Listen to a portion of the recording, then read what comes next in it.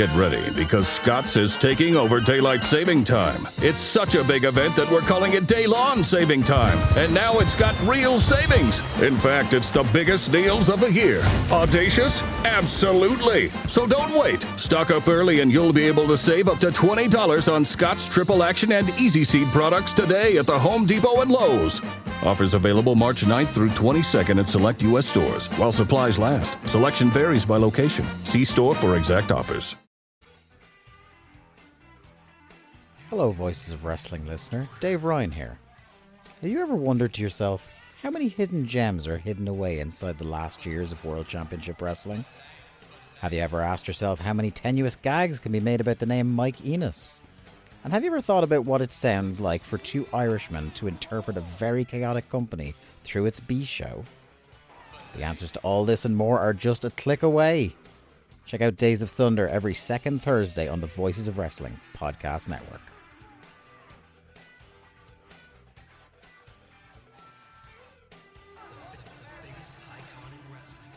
Do you love wrestling? Do you love all elite wrestling? Make sure you check out the good, the bad, and the hungy here on the Voices of Wrestling Podcasting Network. My name is Tyler Fornes, and my co-host Fred Moreland and I discuss all the happenings of all elite wrestling across the universe, including when they make trips overseas. We talk about Dark, we talk about Rampage, we talk about Dynamite, and everything in between, including Tony Khan and his both brilliant and confusing booking. Make sure you check us out. We drop our shows on Thursdays to make sure that we keep up with Dynamite and make sure we give you all the current happenings in all elite wrestling. This podcast is a member of the Voices of Wrestling Podcasting Network. Visit voicesofwrestling.com to hear the rest of our great podcasts, as well as show reviews, columns, opinions, and updates across the world of wrestling. What do you guys want to talk about? You are listening to the Flagship Podcast with your hosts, Joe Lanza. And they all die. They all eventually die. They don't understand. You know, they think it's easy. The problem is they're just not interesting people, any of them. So, they're not telling spreader bar stories. And that, No, they're not. Rich Craich. And you'd start these arguments and be like, that guy's an asshole, screw him or whatever. And I'm like, well, I gotta go see him in like 2 days. Like, you're out there in Texas all alone, like starting all these fights. I gotta meet all these people. I gotta be at these shows. I have to do stuff. You're like, whatever. Nothing's gonna happen. Easy for you to say. And we are live on the Flagship Podcast. I am Rich. He is Joe. Joe, what's happening? How are you? Are you locked into DePaul Xavier here? Honestly, I am. Yeah, this is Big Ten basketball. Bleeds through these veins, and I'm going. Big East. Big Ten. Not Big Ten. I hate Big Ten basketball with all the fiber in my being. I apologize. I'm looking at the run sheet. We got Big Ten on there. So yeah, I have this on here locked in, as you said. I will just assume, having not watched college basketball at all this season, that Xavier is the number 2 ranked team in the nation, and that my DePaul Blue Demons are number 10 in the nation, and that is not merely just the reseeding from the Big East tournament. Do not correct me on that. I would like to believe that Mark Aguirre has been reincarnated and DePaul is back, baby. But you're going to tell me that's not the case, aren't you? They were 3-17 in Big East. Well, it's a tough conference. Ask Patrick Ewing. You know what I mean? Not that easy. So very hard conference. Thank God. Listen, I don't have to hate Patrick Ewing anymore. Yeah, you can go back to liking him as a Georgetown legend, which is probably great for. Yes. Everybody can be like, you know who was cool? Patrick Ewing. Remember when he was awesome?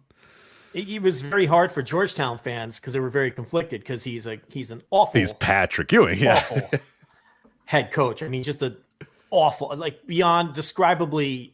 You can't describe how awful he is as a head coach. But he's Patrick Ewing. He's the greatest player in history. He's a god, yeah. Yeah, I mean, and he just wasn't Wasn't good at the job at all. So now we know why he couldn't get an NBA job. Well, and I was going to say, because that was a common thing for it. It was like 10 years where people were like, when is somebody going to call Patrick? And nobody really said. They were like, they would all kind of dance around it. And then the second he got, a sniff to Georgetown, everybody was like, oh, there we go. Perfect. That's because nobody wanted to give him a head job in the NBA. So everybody was kind of hoping and praying that eventually somebody was going to come calling in the college ranks, and thankfully they did, and then everybody could just say, okay, now we've proven that maybe this is why he sat on the bench of the Charlotte Bobcats and various other teams for years upon years upon years without ever getting the call. So I've never seen a head coach in my life anywhere that for 6 straight years, every year his teams had the same exact problems. I mean, he couldn't fix anything. I mean, for 6 years, couldn't defend the 3. For 6 years, the worst defensive rotations you'd ever see. I know this is like pretty deep in the, pretty deep in the mud discussing basketball strategy. Yeah, you know what? Hey, it's March. It's March Madness actually the real March Madness, the Illinois IHSA basketball tournament is going on right now, sir. So, the original March Madness. So it has begun with March. So it's fine. Let's do it. Let's just do basketball for 3 hours. Wrestling's dumb. Vince McMahon's back. Like, you really want to talk about that? Like, no, let's talk about basketball. Worst defensive rotations you'd ever see. Never fixed it in 6 years. Could never defend the 3. Archaic offense. Just never found 3-point shooters. Constant transfers, even by the standards of the transfer portal. Messed up Mac McClung. That's why you go 0-19 in the Big East and then follow that up by going 2-18 in the Big East and follow that up by being fired. It's awful. Terrible. Seriously, one of the worst basketball coaches I've ever seen in my life. Yeah, and you've seen a lot. You watch a lot of college basketball, so you've seen some atrocious coaches over the years. But he's so bad that DePaul hasn't been the worst team in the Big East. That's how you know that he was bad. He's let DePaul actually compete in this conference, which is never ever. And by compete, I mean win 3 games as opposed to 1. But hey, that's competing on that level. The Georgetown versus DePaul matchup that is competing. So. Yes, the once mighty Georgetown Hoyas. They went 7-25 this year. 0-19 in the Big East last year. Just awful, awful stuff. But the nightmare is over. They finally shit canned him, and I'm on the Rick Pitino train. Let's do it. Let's bring him in. Is he still kicking around in, what was it, Iona? Right? Wasn't it Iona? He's still at Iona. They're the number 1 seed in their conference tournament. He keeps doing it, man. Yeah. He went to Iona and they won immediately. His first year there, they went to the tournament. Last year, they got beaten their conference tournament and they went to the NIT, but they were the number 1 seed in their tournament. And they're the number 1 seed again this year. Like, look, the guy knows how to coach basketball. Guy, you cannot say, look, he might fuck waitresses. He might fuck waitresses quickly in closets, but I mean, whatever. Who cares? And you're not asking him to fuck waitresses. You're asking him to coach basketball games. He might be a Minuteman inside said closet with the waitress. These things are all on court documents, and we're not making any of it up. But the guy can coach some basketball. Yeah, so who cares this shit? Okay. Yeah. So bring him in. I have a feeling he's going to go to St. John's. But, either way, Ewing's history. Couldn't be happier. Can go back to not hating him now. And it's time to just cut the cord on all these John Thompson. The lineage has to, look, John Thompson's been dead for like 3 years now. We just got to break away from John Thompson and go outside of the school and bring in somebody to fix this shit. Maybe create a new legacy. The fumes of 1985 can't live forever. Maybe it's time to move on a little. I mean, John Thompson III had a nice run. He went to a Final Four. He went to a couple Sweet 16s. Ewing was a disaster. It's time to go outside the family, so to speak. Now they're looking at Ed Cooley from Providence. He's a good coach. The problem is Ed Cooley's a John Thompson III disciple. I want to get away. You want new, a whole new thing, new slate, tear it all down, build it back up. I don't even know why Ed Cooley would leave Providence for Georgetown in the current state that it's in. True. Yeah, that's amazing to say in hindsight, but it's true. Yeah, it's pretty wild. But for someone who learned under John Thompson III, the allure there might be, I can restore the greatness of Georgetown that John Thompson created that might be the allure for someone like Ed Cooley. But I'm not interested. I want to get away from the Thompson fucking fan. We need to cut it clean. The man's dead. He's not looming. Like when he was alive, you had to do what Big John wanted to do. Why? Because he's John Thompson. He tells you to hire his son, you hire his son. He tells you to hire Patrick Ewing, you hire Patrick Ewing. Yeah, because he's John Thompson. But he's gone. He's got the statue. Bring in Patino. College basketball intelligence. There it is. Yeah, let's do it. Yeah, I don't watch college basketball, so I can't really help you at all. I can give you Illinois high school basketball intelligence if you'd like, because my alma mater, Downers Grove North High School, in the gone downstate, Joe, as we say here in Illinois. They are competing this weekend for a chance at the state title. This is the furthest they've ever gotten in their entire lives. This right now. So even if they lose and don't make it to the actual final itself, this is the furthest they've ever gone. And yeah, it's been pretty fun watching them. Never, ever thought that my high school, given the state of the basketball team when I was going there and throughout the years, would ever get to the state finals. But they're right on the doorstep here. One more game and they're there. So, is the coach dirty? Is he bringing in guys from? I don't know. That's all I need to hear. I don't know. There's a guy in the chat room who might be able to tell you. He knows him a little bit better than I do, but I don't think so. I think, I think it's just a situation that all the right pieces and all at the right time. And, these kids, it's a whole different animal with high school basketball these days, especially in Illinois. And I'm sure it's just true everywhere else, that these kids play with each other since they're like 8 years old, because they're in AAU teams and all these other teams and whatnot. So they basically keep the same team together throughout this, like, all their lives. So when they come to high school, they're like a machine. They've been playing with it. It's not like you show up for the first day of practice and it's like, all right, we got to figure out what all these, what are you guys going to do? It's like, no, they all know, they all know what everyone's good at. They all know each other. They all know what they want to do or whatever. So, they've all kind of filtered in through different AAU programs throughout the year. So that kind of helps a little bit, as opposed to, you try out for the team and you show up and it's like, all right, what does this guy do? And what does that guy do? Like, the coaches pretty much know what everybody does and how to, best suits the team around them. So, well, here's the thing. I'm all about dirty basketball coaches, particularly if they're Italian, which is why I say bring in Rick Pitino. Rick Pitino. I own his own Rick Pitino. What do you mean dirty? Well, now you can be dirty legally. So yeah. Listen, Rick Pitino disavowed hooking up the recruits with strippers at Louisville. He says he had nothing to do with it. All right, I forget. Because they threw that other guy under the bus, right? The guy that like arranged the strippers. Like, yeah, it was that guy, and only that guy. We all went, what? No, we just showed them the facilities and the classrooms. Quite frankly, I believe Pitino when he says he didn't know about that, and so I say bring him in. Hey, if you believe him, that's good enough for me. What would college basketball be without sleazy Italian head coaches who cheat? Well, I'll tell you, the Big East. The Big East wouldn't be. I wouldn't be watching the Big East tournament on FS1 right now. I'll tell you that much. No, you would not. No, you would not. That's right. Okay. The slime balls that were running the Big East. You've seen the. I'm sure. I'm positive. You probably watched it 100 times. The 30 for 30 on the Big East. Sir, I lived it. I was gonna say, yeah. Not only did you live it, but it's just like you see these, and every next guy, you're just like, oh, like look at that guy. It's like, it's like a guy with like, thick rimmed glasses. Like they're like dark tinted lenses with slicked back hair with a little bit of, salt and pepper in it. And you're like, careful now with who is Italian, that guy? Watch out. I don't want to hear Italian discrimination. That's what all the guys were. Every single one of them was that. All right. I'm just saying. Don't send Vinny Massaro on me. I'm just, Did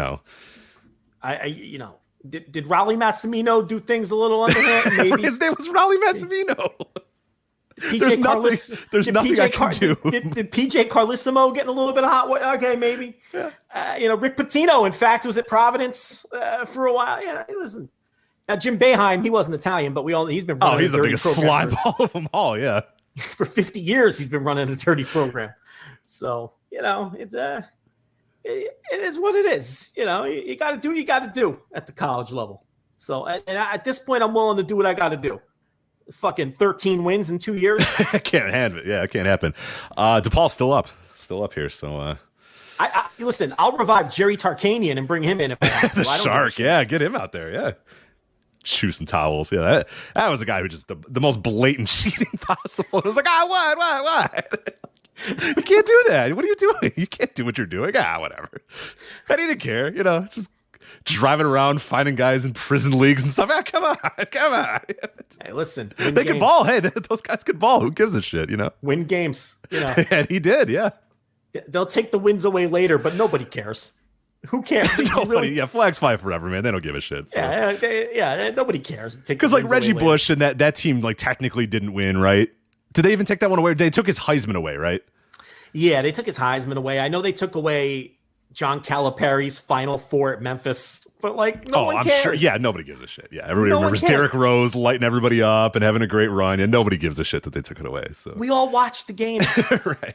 They happened. Okay, you can't take away games. They only try that dopey shit in college. It doesn't work. When they were saying they should take away the Houston Astros World Series, there were proponents of that a few years ago with the banging on the trail. Listen, we all watched the games. If you cheat and get away with it, it's too late. You can punish after the fact. You can't take away wins and championships. Nobody buys it. You can't do it. Jordan Smith in Dodo's chat room with this says, Tark with the all-time great quote, the NBA is so mad at Kentucky, they're going to give Cleveland State another year of probation. Yeah. I love it. That's awesome. Yeah.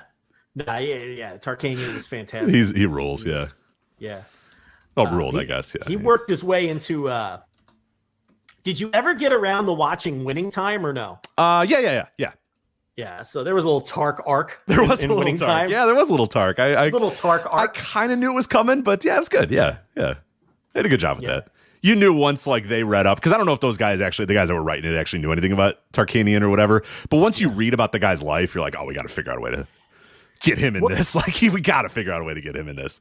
What did you end up thinking of Winning Time? So. Here's my thought. I wanted to like it more than I did. I think if you approach it from the standpoint of they're going to get the broad strokes correct. Right. But it's also going to be a television show meant for entertainment. I think you'll enjoy it. If you're going to dissect it for every little detail and nitpick it, you're never going to enjoy it. Right. And that what I actually did is I initially, when it first came out, I watched half of the first episode and was like, but the NBA history buff in me was like, that's wrong. I'm watching by myself and I was like, this is dumb. So then 3 or 4 months later, I think when the show actually finished up and all the episodes were out or whatever, the nurse and I watched it. And I put it on for her, and I didn't want to be that guy who was like, you know what? Yeah. That's not actually how it happened or whatever. Because that's she doesn't want me to be like, actually, Magic Johnson did this. And this, she didn't want that. So, but it was nice then because I just kind of sat back and watched it. And sort of was entertained because that's the best way to do it. If you understand sports history and you understand that Lakers team and all that sort of stuff, you're going to be annoyed by a lot of the stuff that's in there that's just blatantly false or played up for for different purposes or whatever. But it worked out a lot better just sitting back and saying, you know what, whatever, just watch it, enjoy it. Don't get hung up on that stuff. And ultimately, I liked it. I didn't think it was as good as I was hoping it was going to be, but it was still solid. It was still okay. They made everyone a caricature instead of a character, which if you understand that coming in, you'll like it just fine. They dialed everybody up to 10. Kareem was just everyone's worst traits were right. dialed up. Kareem is sitting, in a yoga position on a rock, yelling and just ignoring everybody. You know what I mean? Magic's just banging everything that moves. Well, that was probably actually truthful. But yeah, Jerry West is just a deranged lunatic. Which again, they weren't that. We're talking. Up to 10, that's all. Yeah. We're also talking late 70s, early 80s. Not that up to 10. You know what I mean? They didn't have to go. It's not like they had to pump these guys up that much. Most of these guys were pretty close to there. But yeah, Boss. I mean, geez, you don't have to do that much to boost him up a little bit more. That's about his life too. So no, I mean, it was all right. It was fine. I still in the back of my mind was like, that's not how Atlanta Woolridge was or whatever. You know what I mean? But ultimately, I enjoyed it. But yeah, it's fine. I think that the casting from a physical standpoint was incredible. Oh, the Jerry West guy just blew me away. Oh my God! I mean, Magic too. Hell, Magic did too. A bunch. Everybody, you go up and down. Even the bit player, like they just really nailed the casting from like the Larry Bird guy. Yeah. Because it's hard to find a dude that looks like Larry Bird because it's fucking Larry Bird. You know what I mean? That's one of the ugliest men ever walked. Right. Like, there's not a whole lot of people walking around Hollywood that look like Larry Bird because it's not just that they look like him. You could probably roam the streets and eventually find somebody that kind of looks like Larry Bird or whatever. But then to have it be an actor, that's not easy. So they were able to find people that could act that also looked like fucking Larry Bird, which is just impossible to think about. That you got a 1 in a million chance that that's our guy, and that he looked as close as he did. So you're right. That was a testament to that show for sure. They're following up again, aren't they? Aren't they doing another season? Oh, I didn't even know they were. Okay, all right. That could be old information, but I think there was interest in doing another season, and that they're working on it. I'll watch it again. It was fine.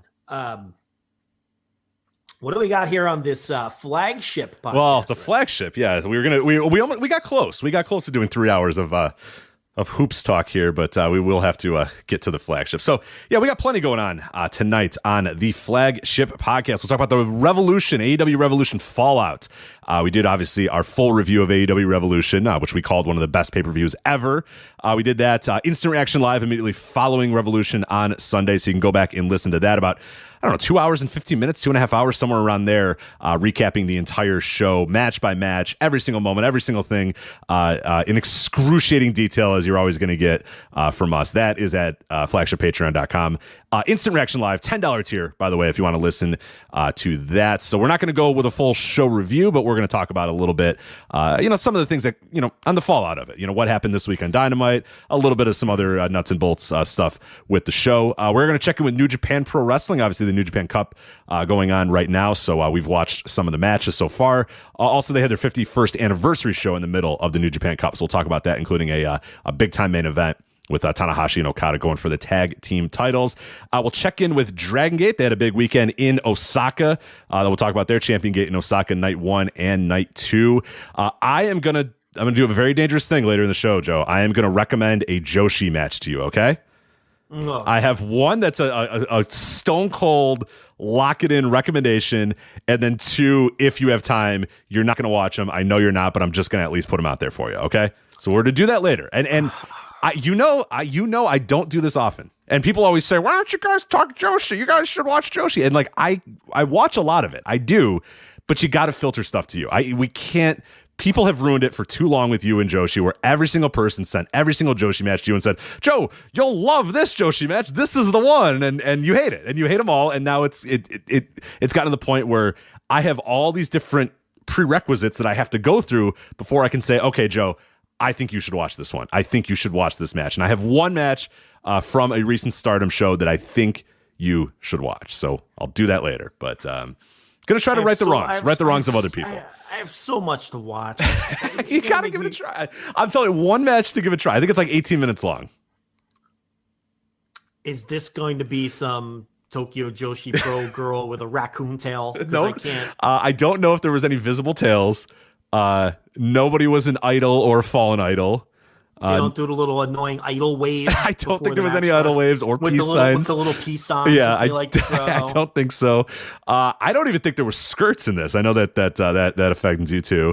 I don't think there was any skirts. No mermaids. Nobody had magical powers or anything. So I go through it's like a 25-piece checklist here. And I know all your things. I know exactly the idol wave, the peace sign, the and I think I got it. Now you did say, do they scream a lot and do meteoras? Well, they scream a lot and they do throw some meteoras, but that's fine. That's besides the point. It's okay. It's okay. Any cross-eyed arigato? Any of that? No. God. All right. I mean, one stone cold recommendation and 2 if you have time, but I understand that you're not going to watch those other 2 that I mentioned. But just one stone cold lock, you gotta watch it. So we'll talk about that later as well. I will tell you that in the chat room they're booing because we're talking about wrestling now. They just want basketball talk and not off topic. They don't want any wrestling. Well, I don't blame them. I mean, wrestling's kind of, I don't know, kind of stinks, right? DePaul holding on by the seat of their pants. It's not going well. It is. Every time I look up, a man on Xavier is flexing while people high five him, and I'm like, oh no, they're popping their jerseys. They're I'm like, oh no, what's happening? Because I'm focused on our show, and I look over, and some guys going and guys are smacking him in the chest, and I'm like, that can't be good. After completing another alley-oop, I was thinking, oh boy. Yeah. DePaul's wearing blue, Xavier's wearing white, and I'm seeing a lot of white jerseys celebrating over there. That's not great. We're at the under 4, so this is the final countdown. This is the Europe. So here we go. We'll see if they can hold on. Yeah, we'll see. But of course, we are going to talk about WWE at the top here. We're going to talk about 2 different things with WWE. We're going to talk about Wells Fargo. They had some analysts that were talking about the potential of SmackDown being renewed by Fox. And then later, a Murdoch. Lachlan? Is it Lachlan? This Fox of America CEO, Lachlan Murdoch. He talked about the Fox WWE relationship as well. So we'll discuss those quotes because there's some interesting stuff in there, some interesting nuggets. And, it all kind of relates to, I suppose, Vince McMahon. He is back again. Every single step of the way, we've had obviously ousted in July for allegedly allowing himself and various colleagues to sexually assault employees up and down the company for years upon years unchecked. So that he was ousted for, then eventually comes back in December, initiates a coup to take over the board of directors and get himself back to being reinstalled as the executive chairman of the board.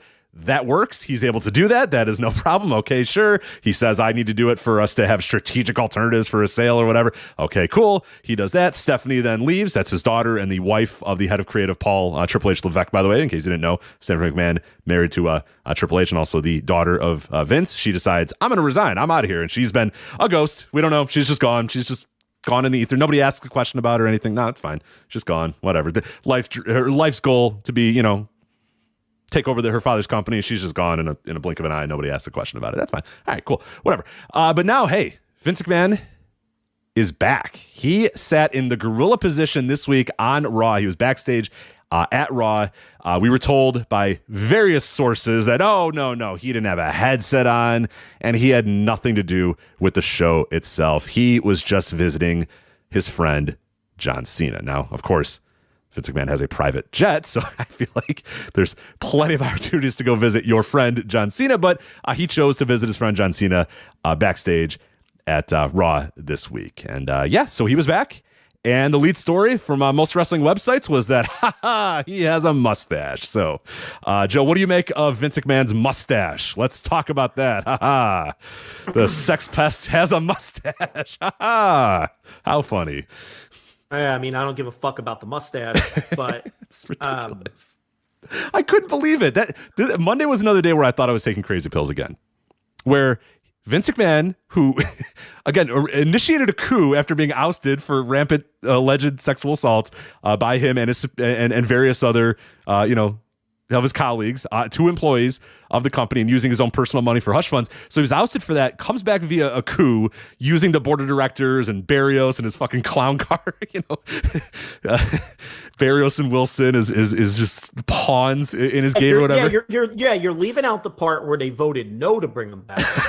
So his response to that was, okay, fine. Since I'm in charge, I'm going to replace all the no votes with people that will vote yes. And ousted the people who voted no and inserted people who would vote yes. And all that remains realized what, your Triple H's and your Stephanie McMahons and your Nick Khans and all that remains from the old board that voted no, realized the writing was on the wall and they had no choice. And then with the insertion of people like Barrios and Wilson back into the fold, they then voted unanimously to bring him back. Right. Yes. Again, a question that has never been asked to Paul Levesque of, why'd you say no? And then he said yes, but regardless, or hey, where is your wife? Why did she leave the company that she's worked for her entire life in a clear fit of rage? Yeah, the wife who was forced out by Vince came back after he was ousted, and then promptly left again when he came back. There's nothing fishy there at all. Nothing weird, nothing that should deserves a follow-up or any sort of, but what's the meme of the Iraqi general? There's nothing to see here. right. Isn't that Saddam? I always thought it was Saddam. Is it not Saddam? It's not Saddam. It's not? It's one of his, it's one of his underlings. Oh, okay. And he's like, there's nothing the guy with the glasses. Colonel Mustafa. Yeah, Colonel Mustafa, right? Yes, sure. The Iron Sheik, sure. yeah. Colonel Mustafa, that's exactly what it was. Yes. Right. So yeah, again, nothing to see here. No problem. So yeah, he comes back to Raw, and yeah, the lead story on most wrestling websites was he has a mustache, which is just, again, another day where I'm taking crazy pills, because I'm like, I think there's a pretty big story here, guys, that Vince McMahon is fucking backstage at the company. Like, in Gorilla, no, he doesn't. Oh, sources close to the situation say he does not have a headset on. Okay, cool. Okay. All right. Well, okay. First of all, let's get this out there. WWE PR is stronger and more aggressive than they've ever been in their history. And that is in large part to Nick Khan. Nick Khan has inserted his own PR people into the company. And in particular, one of the PR people that he's inserted into the company is very aggressive when it comes to reaching out to and being communicative with various news sites and getting that PR messaging out there. Nick Khan himself, okay, for all of his talk about how they don't pay attention to the internet and they just have blinders on and they just go about their business. Don't let that talk fool you either. Nick Khan has an ongoing dialogue with certain members of the wrestling media as well. And their PR is as strong as it's ever been, stronger than it's ever been as a result. And that's a result of Nick Khan, who knows how to play those sorts of games. Which is smart as hell, by the way, for the record. Which is smart as hell. Yeah. But that's what they do, which is why sometimes you'll see wrestling stories, particularly centering around Vince McMahon, that very quickly, sometimes within an hour or a couple of hours, there are follow-ups that really soften those stories or post them in a more WWE-friendly light. For example, it breaks that Vince McMahon is at Raw.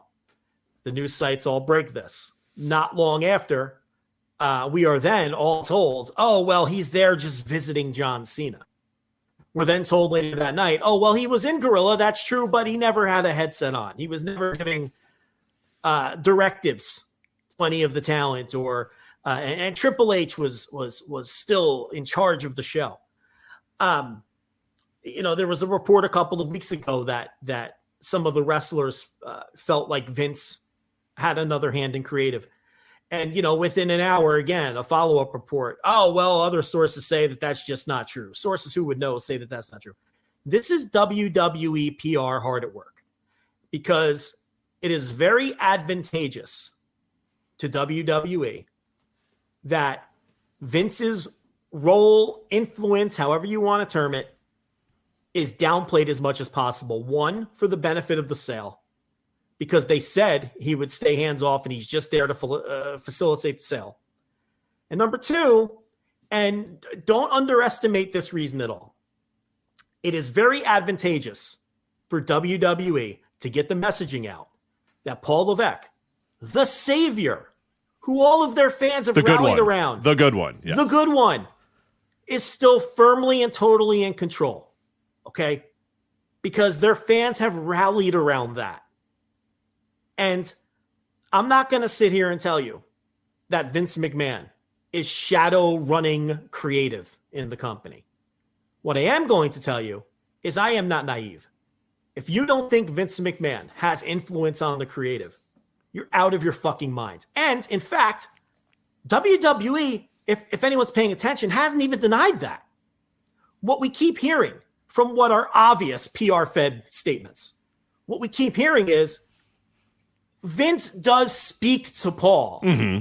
I think Paul even said that at one point, I believe. And Paul said, they're telling you. They're telling you. But then it's always followed up by the but. Paul has final say. And I'm not even telling you that necessarily isn't true. Okay? Here's another thing I'm going to tell you. That if you think Vince McMahon came to Boston for Raw simply to hang out with John Cena. Okay. And he was just hanging out in Gorilla by happenstance. This is Paul Levesque's show. Again, you're extremely naive. Let me put this together for you. We all know that John Cena and Vince McMahon are very tight, very close friends. Right. The first time we saw Vince in public after the ouster, it was going out to dinner with John Cena. Remember? For, I believe John it was Cena, Vince's birthday or Cena's birthday. I forget whose birthday. It was Vince's birthday, right? Yes, correct. They're friends. They're tight. Austin Theory was Vince McMahon's project before he had to resign in shame for his sexual misdeeds, alleged. Who's wrestling each other at WrestleMania, Rich? I believe one Austin Theory and John Cena are wrestling one another at WrestleMania. Where did they shoot the first angles for that WrestleMania match? Where and when? I believe it was at this week's Raw when Vince McMahon with a mustache was there. And wouldn't you have it, this was the Raw that Vince McMahon showed up to. If you don't think that Vince McMahon is heavily involved in the creative of the John Cena Austin Theory match at WrestleMania, I'm sorry, but you're an idiot. That's very clearly why he was there. His pal, his pet project. I'm sure Cena wants him involved. And wouldn't you know it, he shows up at Raw. Gosh, God, gee golly whiz, unbelievable. Just to visit his pal. What a coincidence. What a coincidence. Who he can literally visit any other time. He has a private jet. I mean, you don't even need inside information.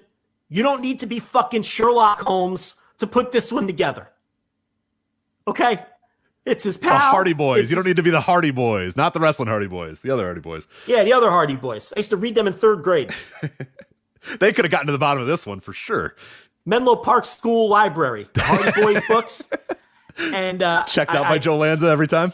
I'd check out the Hardy Boys mystery books, and I would check out these great books that were the history of each NFL franchise. I was going to say Sports Illustrated.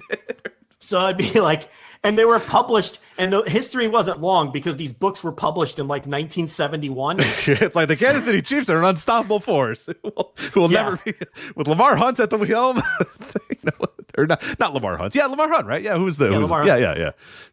So you know, if John Madden keeps this up, he's going to be one of the greatest coaches of all time. Right. So if you wonder where, you know, if the Minnesota Vikings come up, and I'm bringing up Joe Cap, and you wonder why, that's why. Right. Okay? Because that's the shit I was reading when I was in 3rd grade. No, but yeah, you know, that's why he was there. But their PR is going to make sure that they reach out to these news sites and get their version of it out. And I'm going to say something else too. And I don't want to take credit for this because this is something that Jesse Collins, Gentleman's Wrestling Podcast, new on the network, right? Yep, new on the Voice of Wrestling Podcast Network, the Gentleman's Wrestling Podcast, hosted by Jesse Collins, again here on the Voice of Wrestling Podcast Network. This is a point he's made to me privately when we chat a million times, and I'm sure he said it on the air, either on his podcast or WrestleNomics, where he's a co-host. And he's a real journalist. Like, that's his job by trade. Okay. And one thing that he has said to me repeatedly is one thing that some wrestling journalists need to learn is if the public relations department of any of these various promotions tell you something, as a journalist, you should be saying that in your story. You should, in other words, you should not term that as WWE sources tell us. Yeah, or sources close to the situation, or anyway, yeah, right, sources close to the situation. People who would know any of those any kind of phraseology like that is the wrong thing to do in that scenario, because if you're getting it from PR, because PR's job is to put positive spins on these things. Right. They're not going to give you bad news. You're very rarely going to get bad news from a company-owned PR department. Well, their job is to spin it positively and to put it in the best positive light. So if you're going to reach out to PR departments and get information from PR people, and this is something that Jesse always hammers home, you need to make that in your report. You need to say, according to WWE PR, Vince McMahon was not, and then you say whatever it is that they hold. Right. Because when you phrase it as a WWE source. That could be anybody. That could be a wrestler, a writer, whatever. It could be anyone. And who are people naturally going to connect it to? Someone that's in the office, a wrestler. They're not going to assume that came from a PR person whose job it is to spin and downplay everything. Right. That's why it's important to note when you get information from someone in PR that it came from PR, because that's much different than getting down low information from an unnamed source who's leaking you the goods. That's completely different and has a completely different connotation to your reader or your listener. And I can tell you, WWE PR is very aggressive right now. It is very advantageous for them for multiple reasons that I've already laid out to downplay any influence Vince has in that company other than the stated reason that he's back, which is helping to facilitate the sale. And they don't even call it a sale. Facilitate the strategic whatever the hell. Strategic alternatives or whatever the heck. Yeah, whatever the heck they're calling it. And it's bullshit. It's bullshit. Okay? And you know it. The thing is too, like we all know it. Like we all know the signs. Like and we know when Vince is. We've watched this stuff long enough. Like and if you haven't, then we're gonna lay out some of the things right here. Like you said, we're not dumb. We know that he's involved in the John Cena Austin Theory thing. Like come on, he just is. I mean, there's no way he's not. I mean, it's just. And then also on this Raw, and I know that Brian Alvarez and Dave Meltzer talked about on the Wrestling Observer Radio. There was a lot of weird things that were on this particular Raw that hadn't been on Raw for a very long time. Chad Gable, all of a sudden, short again. Right? Weird. He hasn't been short in 8 months or a year or whatever. He's short again. Chad Gable's short. Johnny Gargano, he's also short, and he's a comic book nerd.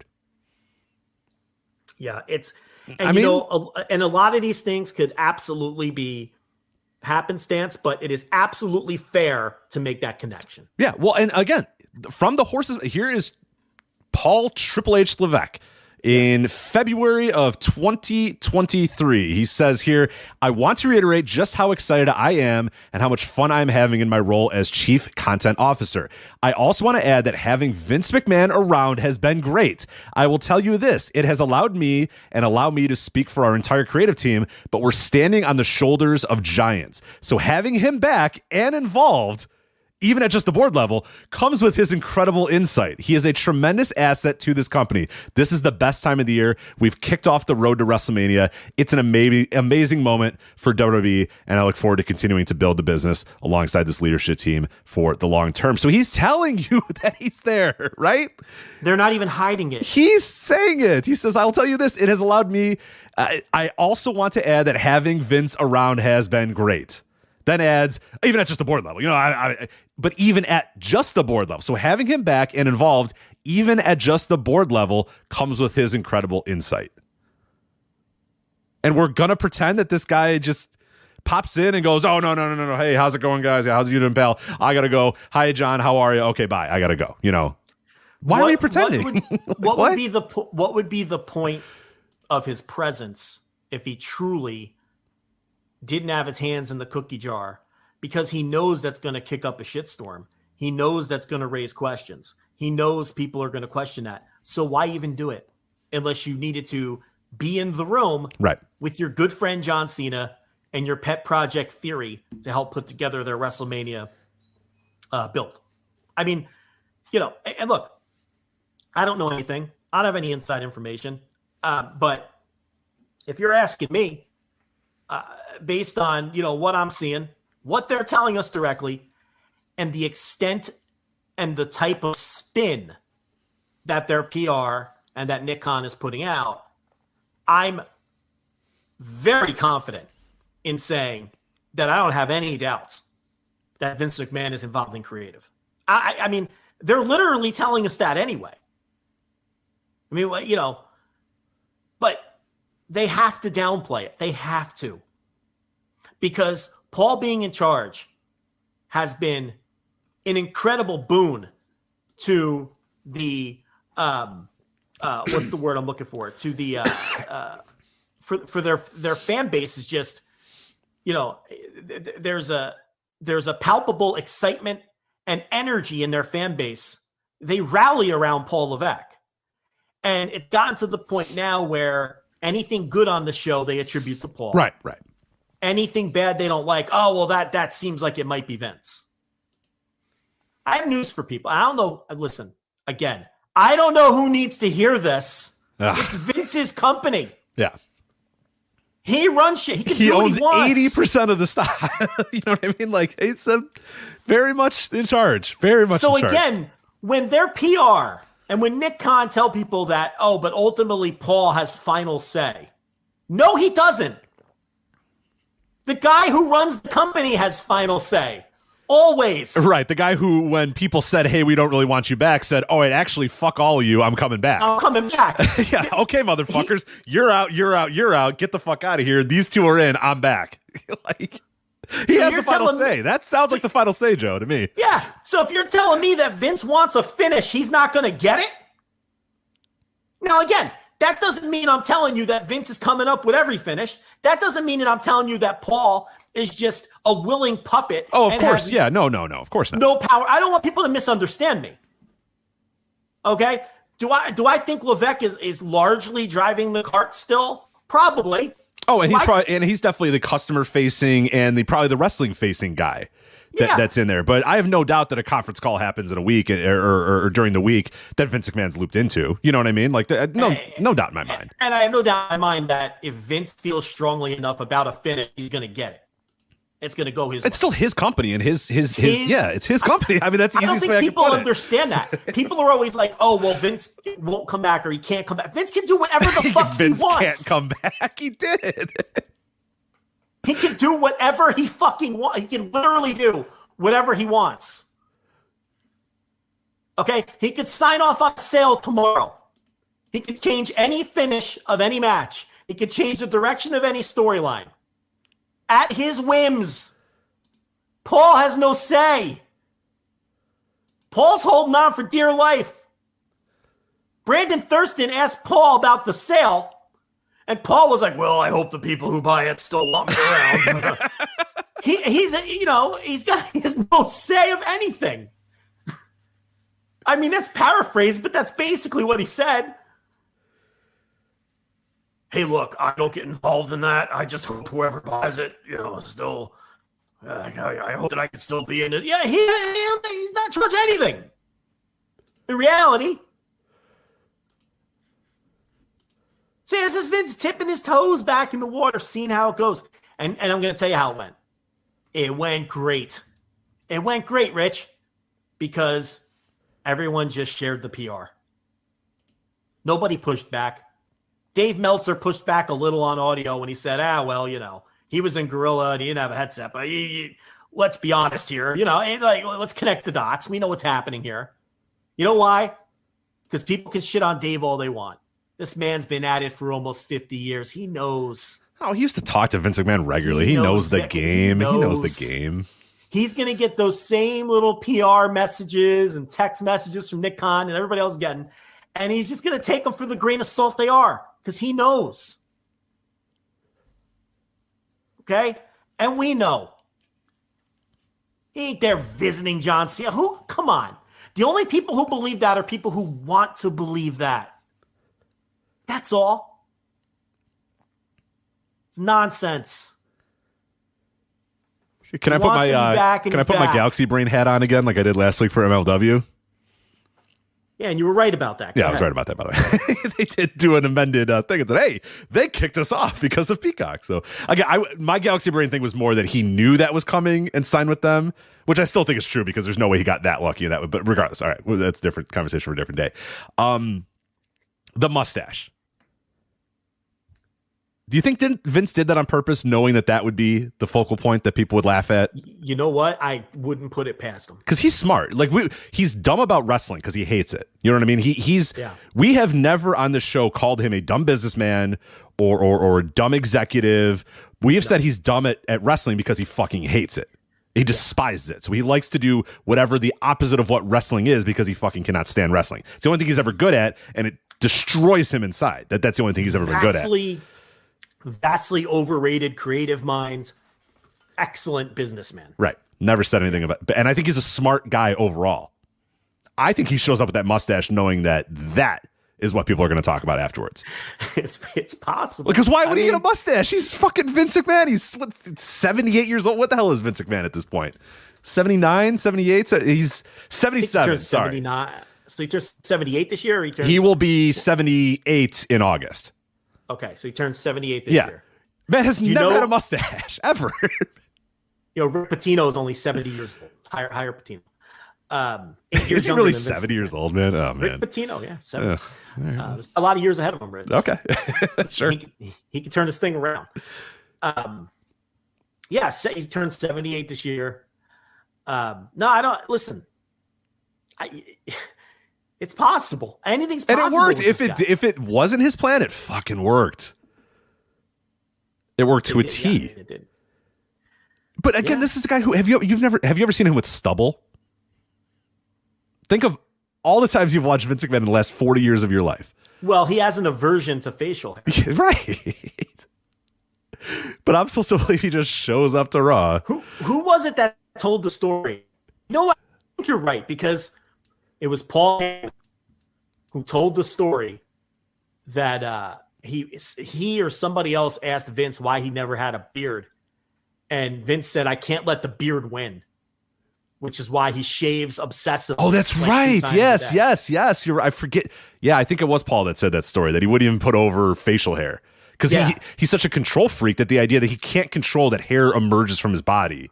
Right. So he shaves it like crazy, like constantly. So his quote was, I cannot let the beard win. And that's why he's never had facial hair. But now all of a sudden, just saying, he shows up like Errol Flynn with a little pencil mustache at the fucking Raw taping. It doesn't make sense, right? It doesn't add up. I know, but he won. If that wasn't his goal, a monumental success, because the story was he has a mustache. How wild it was, and not here's an alleged sex pest that's now back on stage running around like with employees again. Like, what are we doing? But yeah. Anyway, yep. I love at this point, you don't even bury me for my old references. Like Errol Flynn. No, that's fine. No, because what's a contemporary mustache that you could bring up that was like that mustache? That was a golden age of Hollywood mustache. That wasn't a modern mustache. Yeah, it's a Clark Gable mustache. Right, yeah, if you said Errol Flynn or Clark Gable, like, we're not getting closer to the time period. Like, who is a contemporary guy with that sort of mustache? Nobody. Errol Flynn, who died in 1959, by the way. Right, when did Clark Gable die? He lasted a little longer, right? Clark Gable? According to Wiki, 1960. Okay, not much longer, but... yeah. But no, like, you couldn't use a modern reference. Even if you used Burt Reynolds, I would push back against that. That's not a Burt Reynolds mustache. No. It's not a big, manly, bushy. No, it's a Clark Gable, Errol Flynn, like a golden age Hollywood mustache. Yeah, he didn't get the 1980s mustache. Like, he didn't get the porn stash. He got the 1930s Hollywood star, like, little pencil mustache is what is what's being reported. Which might be all he can stand, being that he can't let the facial hair win. Right. The psychopath that he is, who can't let facial hair win and despises sneezing because, again, it's something he can't control. Right. Sneeze, involuntary. Yeah. Oh, yeah. Hates it. Yeah. Noto Sharon brings up John Waters, which would have been a good. That's a good one. Is that modern? I guess it's modern-ish. For you, it's modern. Let's be honest. For you, it's pretty modern. There's nothing wrong with history, sir. Joe Cap and Errol Flynn in the first half hour of the podcast. You know how many times I read that history of the Vikings and had to read about Joe Cap? So, he probably led the league with like 4 passing touchdowns, right? Like, I don't know. But, 600 yards and 4 touchdowns. One of the top gunslingers in the NFL, Joe Cap. Yeah. Until Fran Tarkenton destroyed all those records with his 5,000 yards passing in a year or whatever. So. Yeah, I don't know if he ever hit 5. But yeah, I don't even know if he did either. That's a Dave Meltzer response. I don't mean to get pedantic on your little side comment there, but I guess that's a lot of yards. That's a lot of yards. Yeah, 5,000. Yeah, he didn't have a lot of yards. He didn't have that many yards. That's like 2010s numbers, right? Yeah. 5,000 maybe his career, but Tarkenton, he was the all-time yardage leader for many decades until the modern passing game took off. So your point, Rich, stands. Fran Tarkenton threw for a lot of yards in his era. Thank you. Okay? Thank you. You were correct, sir. That's all that matters. You were on the right track. You were on the right track with Fran Tarkenton. When I said Lamar Hunt earlier, I meant Hank Stram as well. So I want to make another correction. Well, Lamar Hunt owned the team. Yeah, but I meant Stram is who I was referring to. So again, you were on the right track. You knew who I meant, but I just, You've got the train on the right track. Just the specifics are touchy there. So Fran Tarkenton threw for 3,000 yards twice. Okay. He ended his career with 47,000 passing yards. So, listen, Fran Tarkenton could sling it, Rich. He could. That's a gunslinger, man. Yeah. And listen, that's 14 game seasons. That's 14 game seasons, too. And remember, he was one of the original running quarterbacks. He also ran for 3,600 yards and 32 touchdowns. A scrambler, Rich, was Fran Tarkenton. So Vince, look, I'm just going to tell my listeners, don't be naive about this and be cognizant and be aware of the spin. That company has gotten very good at getting the message that they want out. So be aware of that and examine some of the reports and not through that lens. And,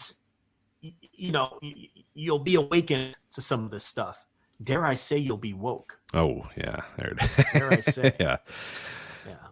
So there you go. That is Vince McMahon back in Gorilla. So we'll see how long that lasts. Or, this is, again, was probably a test. Let's see what happens here. And, seems like it passed, like you said, in flying colors. So some other stuff related to WWE this week. And this may be nothing, or it may be something. Wells Fargo security analysts were doing a presentation this week, and WWE's domestic media rights came up. And the main takeaway from that was that they do not believe that Fox is willing to do a new deal with WWE at a higher price to retain SmackDown. So this is from Forbes Sports Money managing editor Mike Ozanian. Let's go with Mike Ozanian. I think that's correct here. He says, quote, Wells Fargo Securities thinks Fox is not likely to renew SmackDown at higher price, and it's possible we could see SmackDown split between Fox in linear and a streamer, or the entire night move off and likely accredited to Fox of America. Yeah, so the thing about Wells Fargo Securities is they have been very conservative, meaning not in the political sense, in the literal conservative sense, in projecting, where WWE stock will go and things of that nature. Very bearish on the WWE market historically, which is important to note when they put out a report like this, saying that Fox isn't going to pay more to retain SmackDown when it comes up. And then, talking about a possible split between linear and streaming. That's important to know, okay? Because they just happen to have been very conservative on WWE projections. But then today, Rich, I guess you can continue. So let's do that. So I said Fox of America earlier. Fox A is just the corporation's name. So the Fox Corporation is Fox A. So when I said Fox of America, that was just me reading A and thinking America. That's not what the A means. That's not what the A means. No. So Fox Corporation. So today, Fox CEO Lachlan Murdoch, Lachlan. What in the world is that name? Well, we have Declan McMahon and we have Lachlan Murdoch. So I guess when you're from Connecticut or whatever, you name kids Declan and Lachlan. So here's Lachlan Murdoch, who was asked about the Fox WWE relationship, and here is what he had to say. This is per Brian Steinberg, who is the senior TV editor at Variety. So he was doing an interview there. Fox CEO Murdoch asked about the WWE relationship. Quote, if they ultimately sell the business, I hope the acquirer is a good partner, ready to engage with them on rights when they ask, when they are ready. Okay, so that seems innocuous enough. Right. But I think the next part is more telling. I agree. So yeah, the first one is if they sell the business, I hope that the first one is, look, we're ready to deal with whoever owns right. Whoever owns this thing next, we hope that they're a good partner, and we'll talk with them when they're ready to talk. So that's fine. That's whatever. The next part, though, Fox CEO Murdoch says appetite for WWE rights renewal may hinge on the performance of overall sports portfolio. Yeah. So that's the more telling part of the quote. Now, Fox just paid a shit ton of money for Big Ten.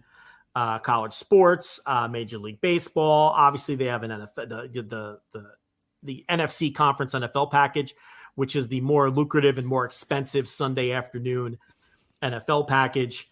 They've got the NFL through 2033, and they just paid for the Big Ten. That's a long-term deal, and they've got that's through the end of the decade. Yeah, it's through the end of 2029 or 2030 or whatever for the Big Ten. Right, and the baseball postseason, which is the package you want to have, and the World Series more specifically.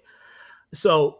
The second part of that statement, though, saying that he straight up says their appetite for the WWE rights may hinge on the performance of their overall sports portfolio. That does not read in combination with, well, let's see who buys this thing.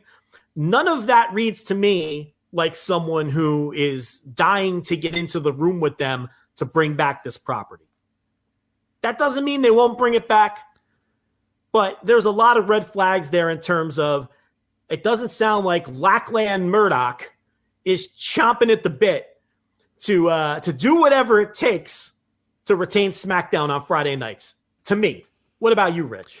It's weird, yeah, and that obviously with that quote right now for people that follow sports television, by the way.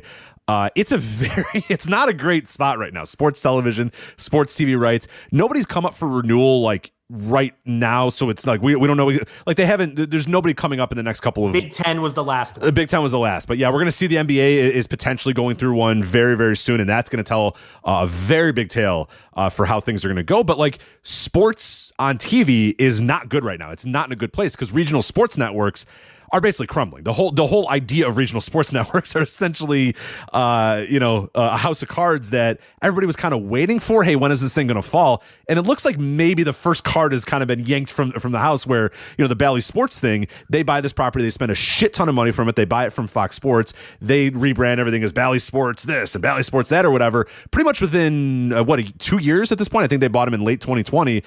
Yeah. It's a fucking disaster. They're losing money out of their ass and they're declaring for bankruptcy. And there's currently something like 20 plus baseball teams whose broadcast partner might fold before the season ends. And that brings to question where the games will air, number one. And number two, they're not going to get their money. And this is a big check. That's a big check that comes in every single year. That the regional sports network check is a big check that gets split. The biggest, yes, for a lot the of biggest, the biggest for most of the teams there. So this is kind of like, okay, well now if Bally's a fucking disaster, everyone's kind of looking at all these other regional sports networks and what's going on here, and then in turn looking at other major networks and going, okay, well fewer and fewer people every single year are have cable. Very few people are getting cable. What's going on with all these sort of things? And sports was always the bastion of, okay, well, yeah, people are leaving, but they're always going to be here for live sports. They're always going to be here for live sports. They're always going to do live sports. And that is still true to an extent. Live sports still do, really run the business. I mean, TV is propped at this point, like, cable television and buying a cable box and turning on your TV and having that is largely still propped up in a large part by live sports is still doing that. But this is calling into question, this regional sports thing is calling into question what this is all worth, and is it worth it, and what about going to linear, and what about going to streaming and all that sort of stuff, and that's what these MLB teams might have to do is say, what, we're just gonna broadcast the games on our website, or we're going to broadcast them through MLB.com or whatever, MLB TV. And it is calling into question, wait, do we even need regional sports networks? Do we even need these networks? Or do we just do this all on our own? Do we stream all the things on our, and it's going to be, who the hell knows what the thing is going to be in a couple of years. So regardless of what's going to happen or whatever, that quote coming up at this time when the overall sports portfolio for these networks, which is a very expensive thing, when it's been for the first time in a long time a real question of, are these things even remotely close to worth what people are paying for them? And yeah, and we're starting to see the first cracks. We've been talking about this bubble potentially bursting for like 10 years, and it never bursts. but we're starting to see some cracks. Like these quotes by Lachlan Murdoch are some cracks. Someone in the chat brings up a great point. Dan Greenspan, the Pac-12 deal is coming up, and it's essentially collapsing the league because USC and UCLA. Oh, right. They all left. Yeah, the other teams left. They left the Pac-12, and they're the backbone of the Pac-12 because they don't see the Pac-12 getting a sizable money deal. And look, 5 years ago, 2 years ago, the Pac-12 would have killed it on a rights deal. And, that outcast is so poor that their two most important schools left and would rather play basketball and football against teams in the Midwest than stay in the Pac-12. Someone else in our chat, Eric Kroll, another really good comment. We make fun of our chat, but it's all in good fun. We got very smart people in there. He says, look, sure, but Lachlan here is negotiating in public. And I agree with that. But, oh, yeah, that's totally a play, too, to drive that price down, for sure. Yeah, listen, absolutely. But compare his comments to the releases that Warner Brother Discovery put out every time they talk about AEW. And the fact that they keep giving AEW more programming. You can still read the tea leaves and see who's happy with a property and who isn't happy with a property or who is lukewarm on a property. And look, this is not the first time Fox has said. Was it about a year ago? And I don't know if it was Murdoch. It may have been an underling, somebody involved on the sports side of Fox. I can't remember who it was, Rich, but do you remember that comment where Fox basically admitted that SmackDown was essentially underperforming a little throughout the life of this deal? Yeah, let me see if I can find that quote. I do remember that one. Dig that up, because this is because there's that too. I mean, anytime we hear anything from Fox, you get the impression that SmackDown, look, it usually wins the night and it does well enough, but it's been slightly disappointing for the money that they're spending on it. That's always been the impression that Fox gives out. So, yeah, is there a little bit of public negotiation happening here? Absolutely. We all know how the game works. And I agree with what Kroll's saying. But, at the same time, okay, you also have to remember that this wasn't specifically a call regarding Fox Sports or Fox Sports entities. This is Murdoch talking about the whole network as a whole. And he got asked this question.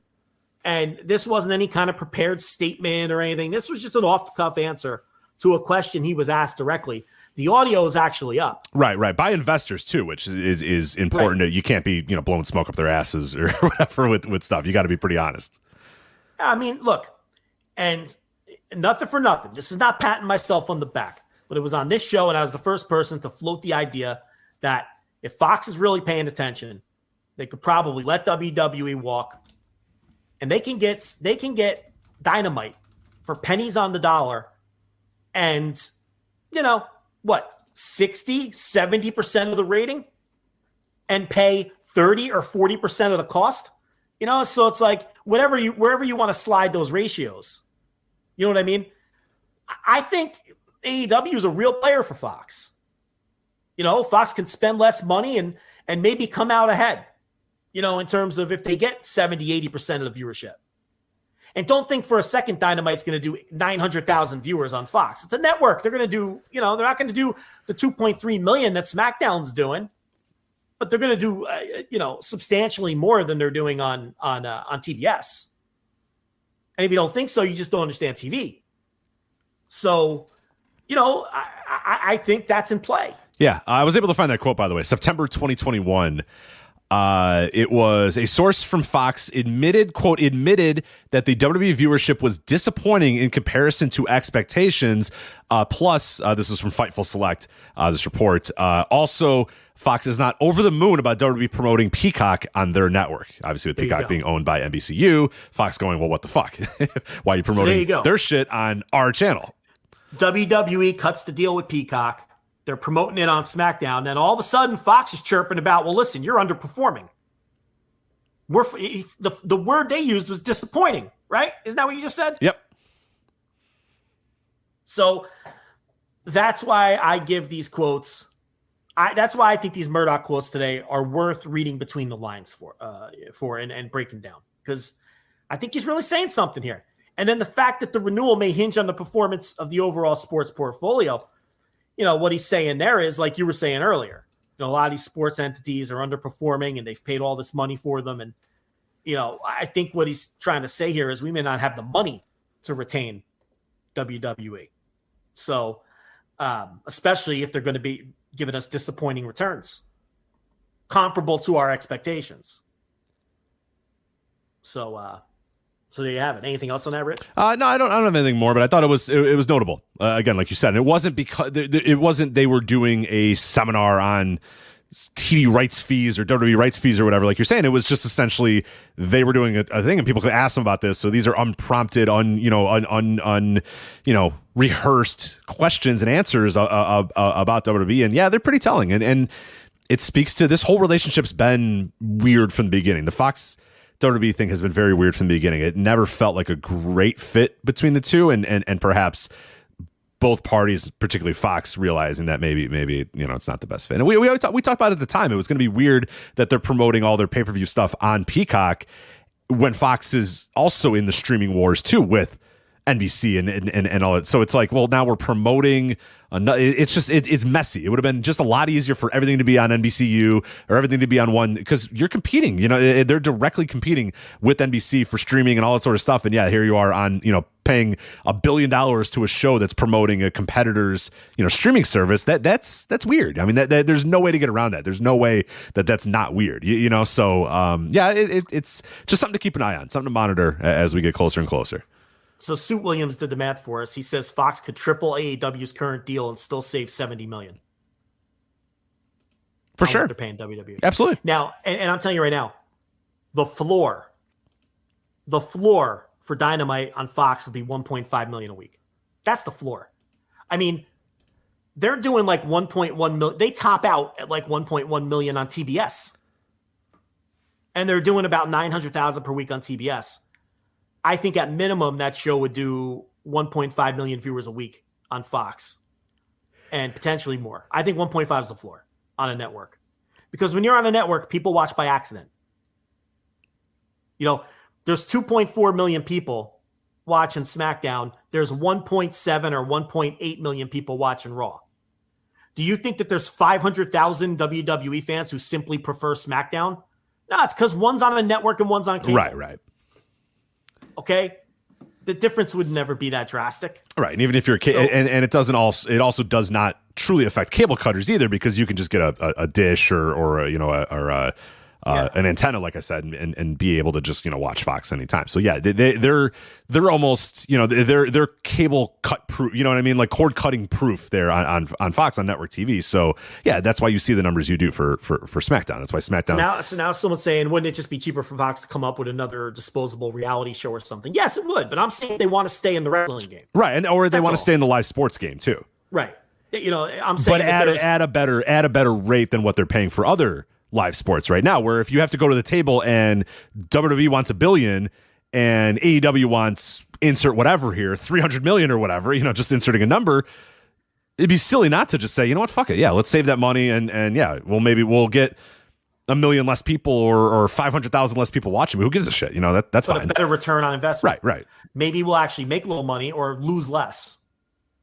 Because the speculation out there is that they're losing money on this deal, and a lot of these sports deals, So, you get a potentially, but that's if they want to stay in that game on Friday. Maybe they see Friday nights. Okay, look, we can keep winning Fridays. Right. Yeah. And they're winning Fridays. Like that. Make no question. They might be floating that they're disappointed by the WWE numbers, but they're still winning Friday nights, but they can maybe still win Friday nights and not pay $1 billion for it. Yeah. And do a 0.4 instead of a 0.57 or whatever, it's but have that worthwhile based on the cost. But anyway, yeah, I thought those were really interesting. They were comments in combination with what the Wells Fargo Securities projections as well, which again, to be fair, have been conservative regarding this company for a long time. Right. Yeah, not exactly the ones leading the charge of you got to invest, you got to do this. They're going to get big TV deals. They've always kind of they've been kind of on the back burner for a lot of these things. So. All right, so that is the world of WWE. A lot of stuff going on there with Vince and Wells Fargo and Lachlan Murdoch. So we'll obviously keep an eye on that throughout the rest of the year. here on the Flagship. We do want to touch on AEW and some New Japan stuff, but real quickly, I want to let people know about FlagshipPatreon.com. Obviously, we have a lot of great stuff up there right now on our Patreon. We have 2 tiers, $5 and $10 tiers. $5 gets you all of our bonus audio. $10 gives you instant reaction live flagships like this. If you want to join the Note Up chat room live on the show every single Thursday, you can do that on the $10 tier. As I said, the instant reaction lives, you get access to that. This Sunday was yet another great instant reaction live. Was our record-breaking instant reaction live as well. We keep doing that every single time these things happen. They're a new record, but we did it again with AEW Revolution instant reaction live.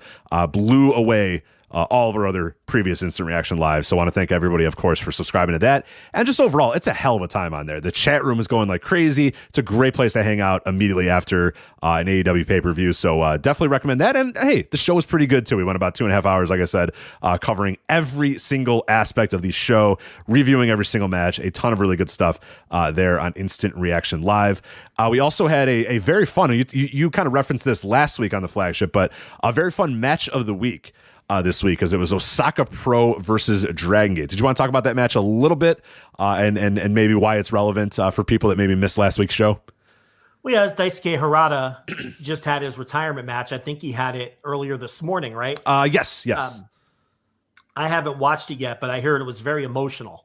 I heard Kotoge was just an emotional wreck. Yeah, I saw a picture and he was just, his eyes were just red. He was just bawling his eyes out. So it's like, yeah, it didn't. I don't know if I'm going to watch it. That seems like it just might be heartbreaking. So I might not want to watch it. Yeah. So, I mean, the match of the week was a 6-man tag involving both Daisuke Harada and Atsushi Kotoge when they were part of Osaka Pro. And it was from an Osaka Pro versus Dragongate joint show. And on the opposite team was a baby T-Hawk, still in his young boy phase. Rich still wrestling in the wrestling shoes and black tights. Yeah. So, with Anthony W. Mori, remember him? Oh, yeah. Another guy who had to retire early due to injury. And a baby Mark Haskins on that Dragongate team. Yeah, I always forget that Mark Haskins was in Dragongate. Yeah. And it was a match that was suggested after Harada announced his retirement by Case Lowe, and I decided to go with it as the match of the week since I thought it was really, it was a match from early in Harada's career, and he's teaming with Kotoge, of course, who he'll always be linked with, always. And I had never seen the match either, and the match absolutely kicks ass. I mean, that's a notebook match by today's standards. I mean, they just killed it, and a lot of these guys are as I said, they're babies at this stage of their career. And it's from 2010. Yeah, how young is T-Hawk here? He's got to be like... This is literal, like, months into T-Hawk's career. Like... This is before, any of his gimmicks. Because he's only like 31 now, right? Like, he's only... 32. He's 32. He'll turn 33 in April. Good Lord. So yeah, this is in what this show is 2010. 2010. Oh my God. He's like 20 years old. Yeah, or something like that. Yeah, 19. So wrestling under his shoot name and everything. So and we're told that Open to Voice Gate did a full episode did an episode where they talked about that show in the fall. And I've been working my way through the rest of the show, and it's a really fun show. I mean, that's kind of like Golden Age Dragongate and Golden Age Osaka. Yeah. Mm-hmm. When you really think about it, or at least close enough to the Golden Age of both of those companies. But yeah, that was the match of the week picked this week. And it's probably a match that a lot of people haven't seen. That was a match that I never saw.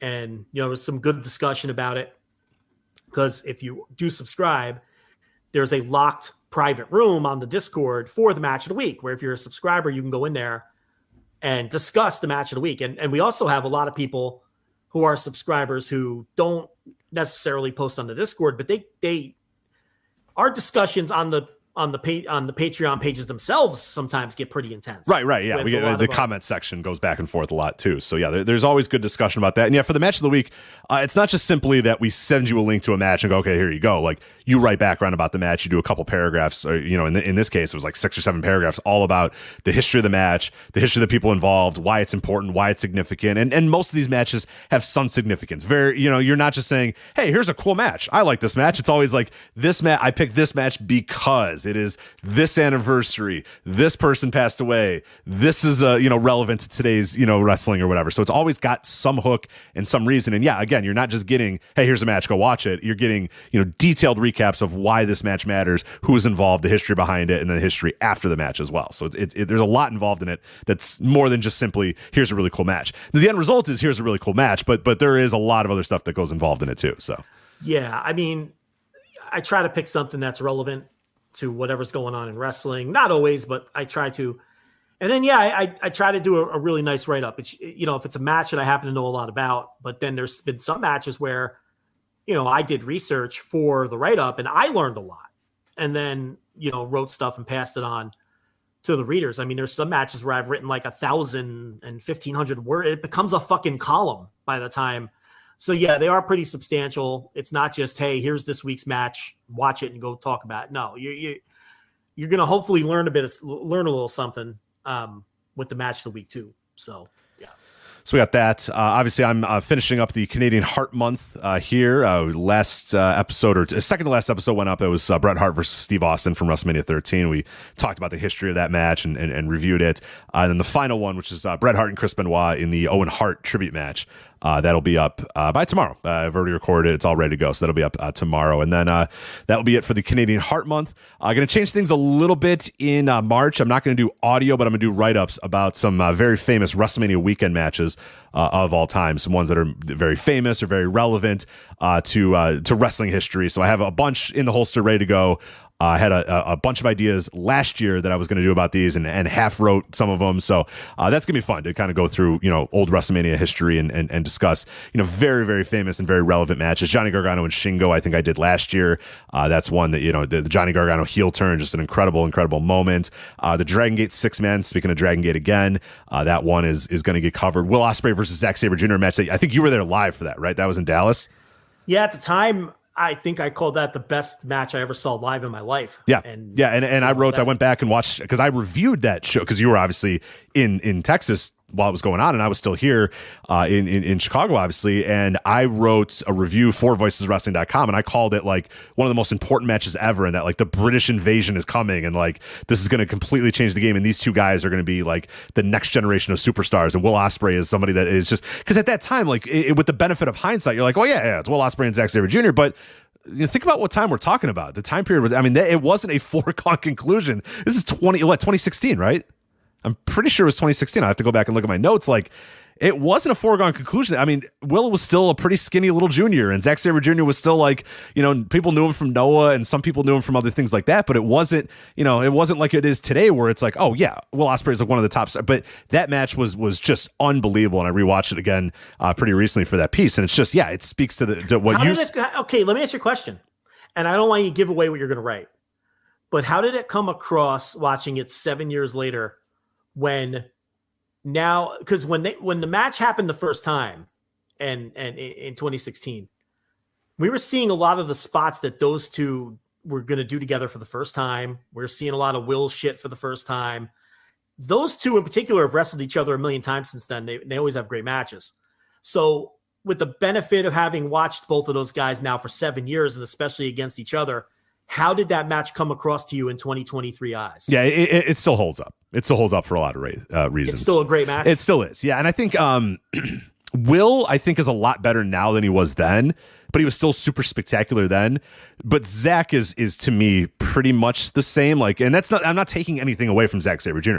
He was a more complete wrestler in 2016. He just needed the outlets. He just needed the people to watch him. But he was already pretty much there in 2016. But you really see it in Will, where Will is still very skinny, very kind of trying to put things together. But no, it's good. But the thing that helps it, though, that match wouldn't be. It would be very different with today's Will Ospreay, because today's Will Ospreay is a brick shithouse. Like, we know he's a fucking monster. He's gigantic. He's still kind of a skinny little junior at this time, but that helps Zack Sabre Jr. And Zack Sabre Jr. is manipulating his body and putting him in all these submissions, and Will screaming and going nuts or whatever. So it works. It definitely works. Like, those guys are they definitely have had better matches since then, but it still holds up. It is still very, very good 7 years later, especially with the benefit of hindsight, knowing, hey, this is going to really like launch the career of all these guys. And just, yeah, and I go into detail in the piece, which you'll obviously read here very, very soon. But it it still holds up, even though I know that these guys have had better matches than this match, if that makes sense. Dylan Hales tapped out Johnny Gargano in the opener of that show. Oh, that's right. That was that show, right? Wasn't that the Drew McIntyre show too? Where he had to same match, be in the opener, and I have to go. I have other things to do, and then he shows up at the American Airlines Center in NXT. I think Dallas 2016 is truly when WrestleMania weekend peaked. I don't think, there were a couple good ones after that. Okay. But it was like almost diminishing returns from there on out to where now it's barely recognizable as what it used to be for a variety of factors. But Dallas 2016 was really the one where it built up. That was like the best one ever. And then the next couple of years were okay. And now it's on fumes. I mean, it just isn't what it used to be. That was really a special year, the 2016. Yeah, I remember. I mean, that one, the NXT was great because you had Sami Zayn and Nakamura. I think you had an FTR or whatever, the Revival versus. Or no, was it a DIY? Maybe it was DIY in American Alpha, or it was Revival versus American Alpha. I forget. One of those combinations. One of those combinations, and it fucking rocked. It was great. It wasn't DIY yet because Gargano was still with Evolve. Oh, yeah, of course. Yeah, it does. So it must have been American Alpha versus Revival or whatever. I think a really good Evolve weekend, too, if I remember correctly. The Evolve weekend, that was their most stacked roster ever. And that whole week at Eddie Dean's Ranch or whatever it was just, right. One incredible show. Well, just to give you a reference, so Will Ospreay and Zack Sabre Jr. was Evolve. Let me go to my 58. What was that one? The next night, Evolve 59, Will Ospreay faced Ricochet in the main event. And this is 2016 Ricochet. This is one of the greatest wrestlers in the world at that time, Ricochet. Match. Yeah. And that was the weekend where they brought in Kota Ibushi. Yes. And and at the time that was it'd be a huge get now, but it was like a massive get at the time. Even the Kaiju Big Battle show where Kota Ibushi wrestled Dr. Cube and just chased him around the fucking ranch at 4 a.m. That entire weekend was just so memorable. It was every show was a winner. Evolve was peaking. WrestleMania weekend was peaking. Holy man. NXT was peaking. This Mercury Rising show, this Dodo and Super show. Let me read this card for you. Disgustingly good. So this is why we hate the independents now. Okay. And listen, there's gonna be some canceled names. Yes. Warning. These are not endorsements of the acts of these people, because you know what? People get so stupid about that. Yeah. Warning. Many of these men have been canceled. And we are not endorsing the actions of any of these men. No. It's just take it for what it is and listen to the fucking card. All right. So your opener, Joe, was Chris Hero versus Zack Sabre Jr.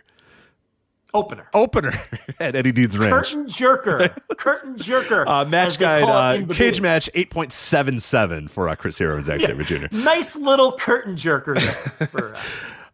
Then you had Drew Gulak versus Fred Yehai. Mm-hmm. Tracy Williams versus Matt Riddle. Ethan Page versus Anthony Nese. Taylor Made versus Nicole Matthews for the Shine title. All right, look, you know what? By the way, before you continue, that's also the weekend that Darby Allin debuted with Evolve and got squashed by Ethan Page. Yeah.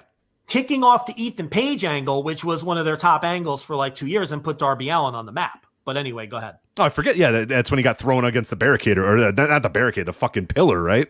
I don't know if he did that. He got destroyed. I remember that, but he did some sick act of violence and lost. Right. The point. Yeah. It didn't last long. And it got him a job. Yeah. And kicked off that feud. Okay, so they're not all winners. FIP World Heavyweight Title 4-way.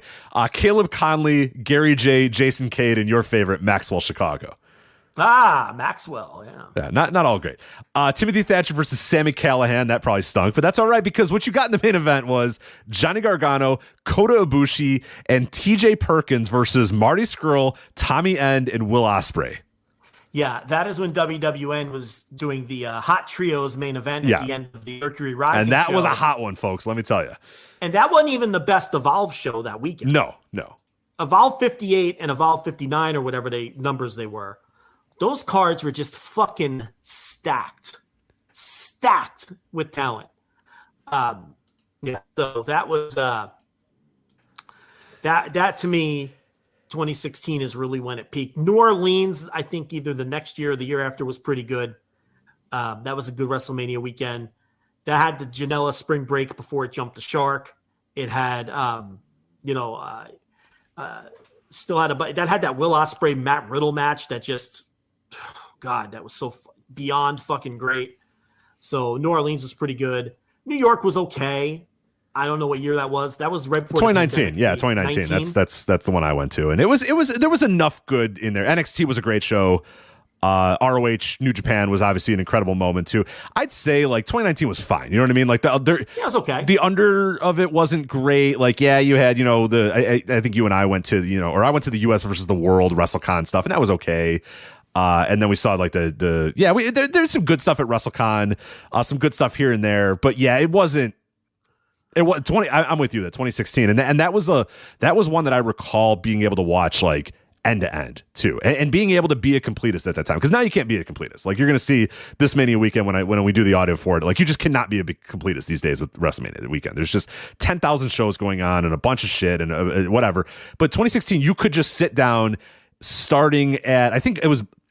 Well, it wasn't the first year of Bloodsport. That would come a couple years later. But 2016, I think you could pretty much start at like 5 p.m. on Friday and just watch most of the stuff, because it wasn't overwhelming. You know what I mean? There was only a couple companies still running, so you could pretty much watch the entire WrestleMania weekend, and it all made it fun. You know what I mean? It all made it really, really good. And then there was, the other weekends were pretty solid, but none were, as spectacular. I mean, there were years where we'd be like, wow, there's 9 shows. Yeah, right. This is crazy. Now there's literally, if you go to voicesofwrestling.com, we are doing the most complete WrestleMania weekend schedule page of anybody. Thanks to Griffin from our website for helping us out with that. But voicesofwrestling.com, we have every single match, every single wrestler booked, every single moment, all there at voicesofwrestling.com. And trust me, there are more than 9 shows going on this Mania weekend. But yeah, I remember we were like, whoa, this show starts at 11 a.m. on Saturday. You can watch wrestling all day. And now it's like, you can watch wrestling all fucking day. God damn it. Like, I remember like, whoa, there's going to be 11 shows this year. They're really overdoing it. And now there's like 11 shows on Wednesday. There's 11 shows on Wednesday. It's like, oh, God, what are we doing? None of them are good. No. And none of them are good. Yeah. I'm being scalded in the No-Dope chat room by Sean Cedar that the 2019 DDT show was really good. And it was. I was there with Sean. So he's right. That one was fantastic. So. Yeah. 2019 was pretty good. Yeah, it had Blackcraft. It had Blackcraft, too. That'll be a moment I'll never forget. So. And when you have the New Japan show in Madison Square Garden. Yeah, that's just iconic moment. I mean, come on. So, and then me, you, and all the smart people hightailing it out of there on Sunday and letting everybody else get drenched in the rain at 5 a.m. when there was no transit options leaving WrestleMania. Yeah. See ya. That was always the play, man. Get out of there before Mania.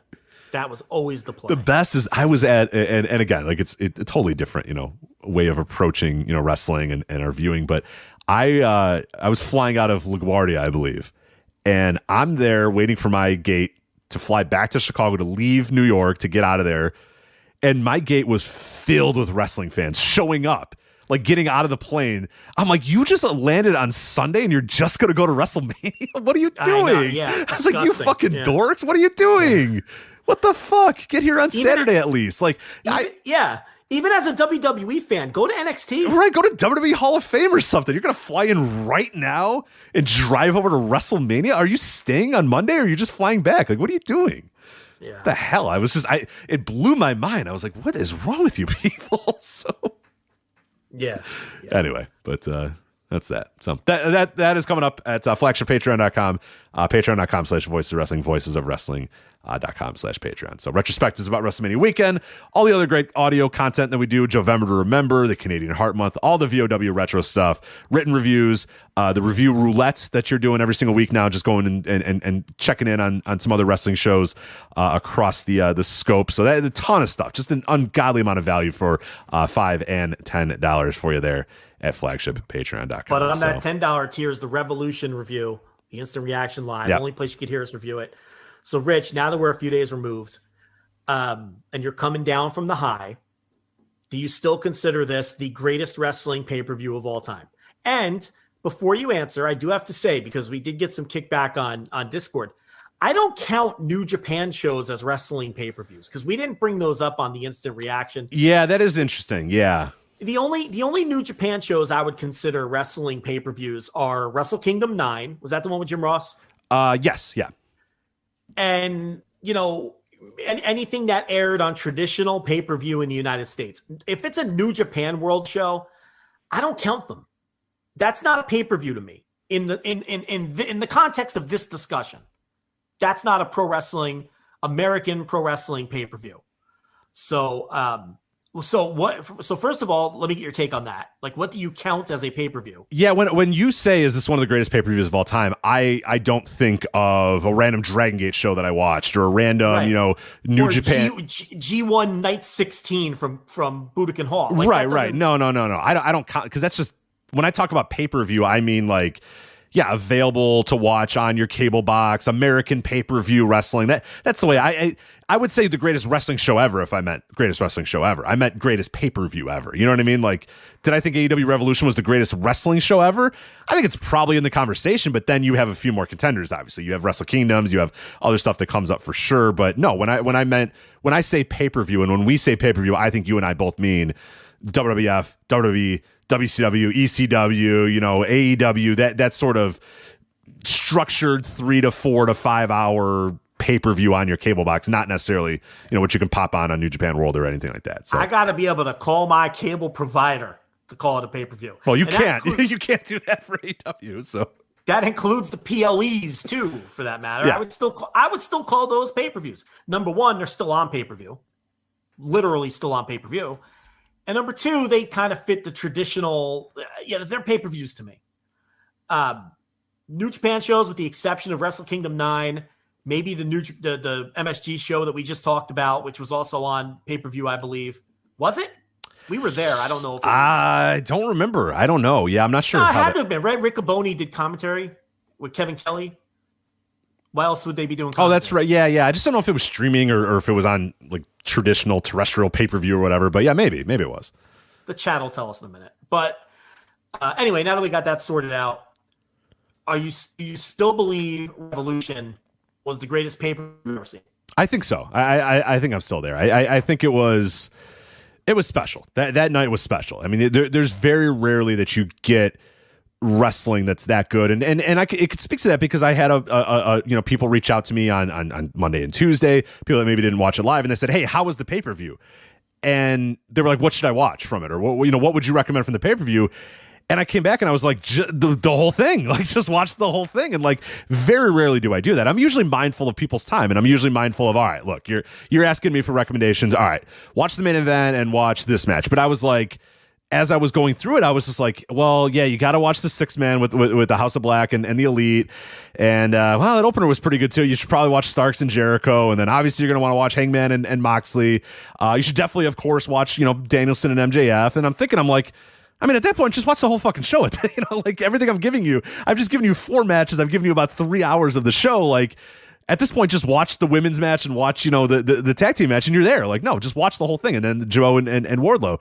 So, yeah, very rarely do I just say, watch the whole thing, watch the whole pay-per-view. So the fact that I am doing that, and I'm still doing that, and I'm still recommending to people that they do that, and if you're listening here and you've not watched Revolution, just watch the whole fucking show.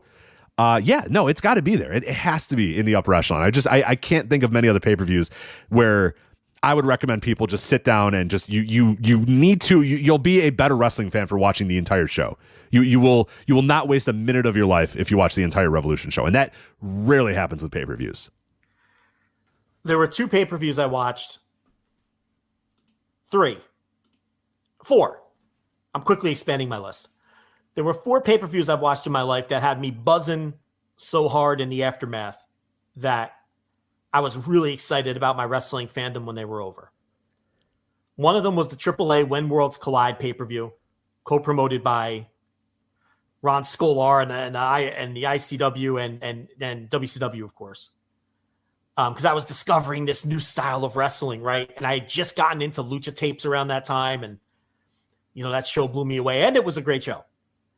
The original ECW One Night Stand Not the second one, but the first one produced by WWE. That's a real contender too, because that's another one that it's like, if somebody asked me, hey, what should I watch in that show? I'm just like, the whole fucking thing, man. It's just a vibe. You know what I mean? You got to watch the whole thing. I can't say, oh, you got to watch, this match. No, you just got to watch the whole thing. Just hit play and sit back, man. It's one of those shows. That doesn't have a bunch of 5-star matches, No. But man, especially as someone who lived through ECW and who ECW meant so much to them, that show just hit me different, man. And I really thought they were going to revive that thing.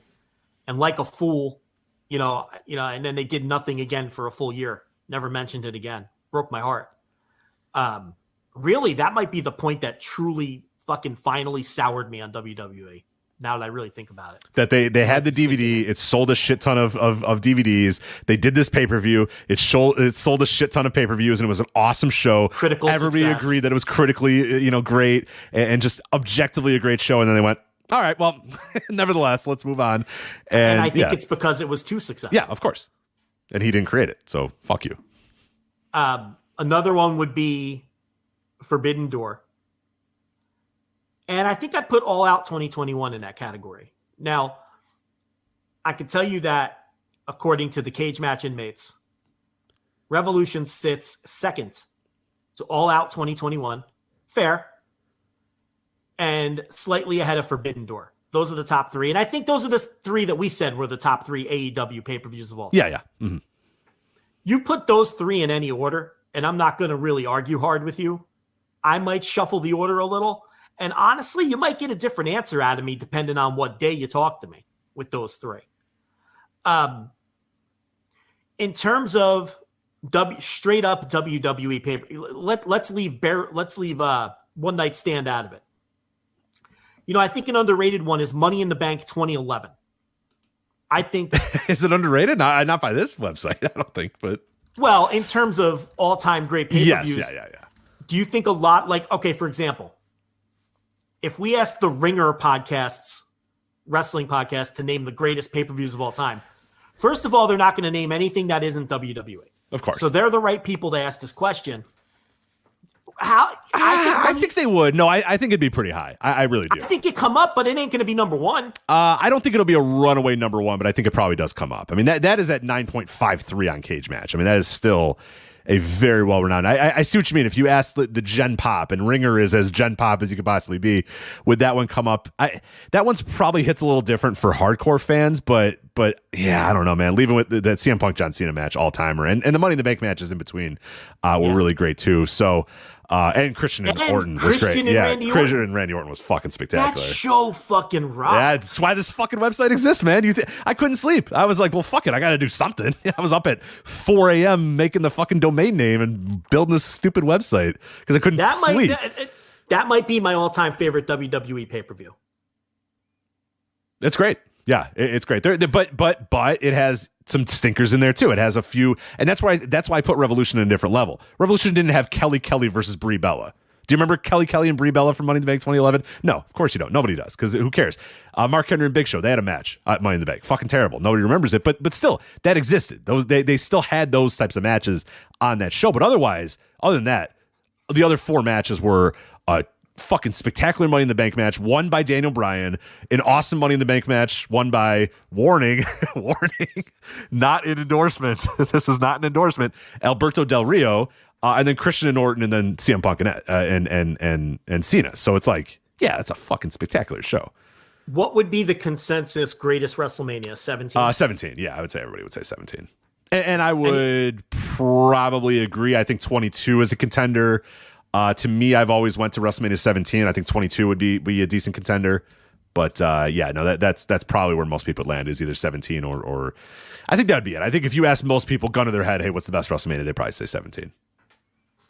I think my TNA pick would be Destination X 2012. I really don't know if any TNA pay-per-view ever landed with me on that level. You got to pick a best one. If I got to pick a best one, it's probably that Destination X 2012. Yeah, I do remember that one being... Yeah, I'm trying to remember if anyone really... Oh, no. Hold on. What was the Slammiversary from Toronto? Fuck, what year was that? 2018, I want to say? I think it was Slammiversary 2018. I forget the Roman numerals for it. That's absolutely what it was, because that was in the early days of our Patreon, and I forget who it was, and my apologies.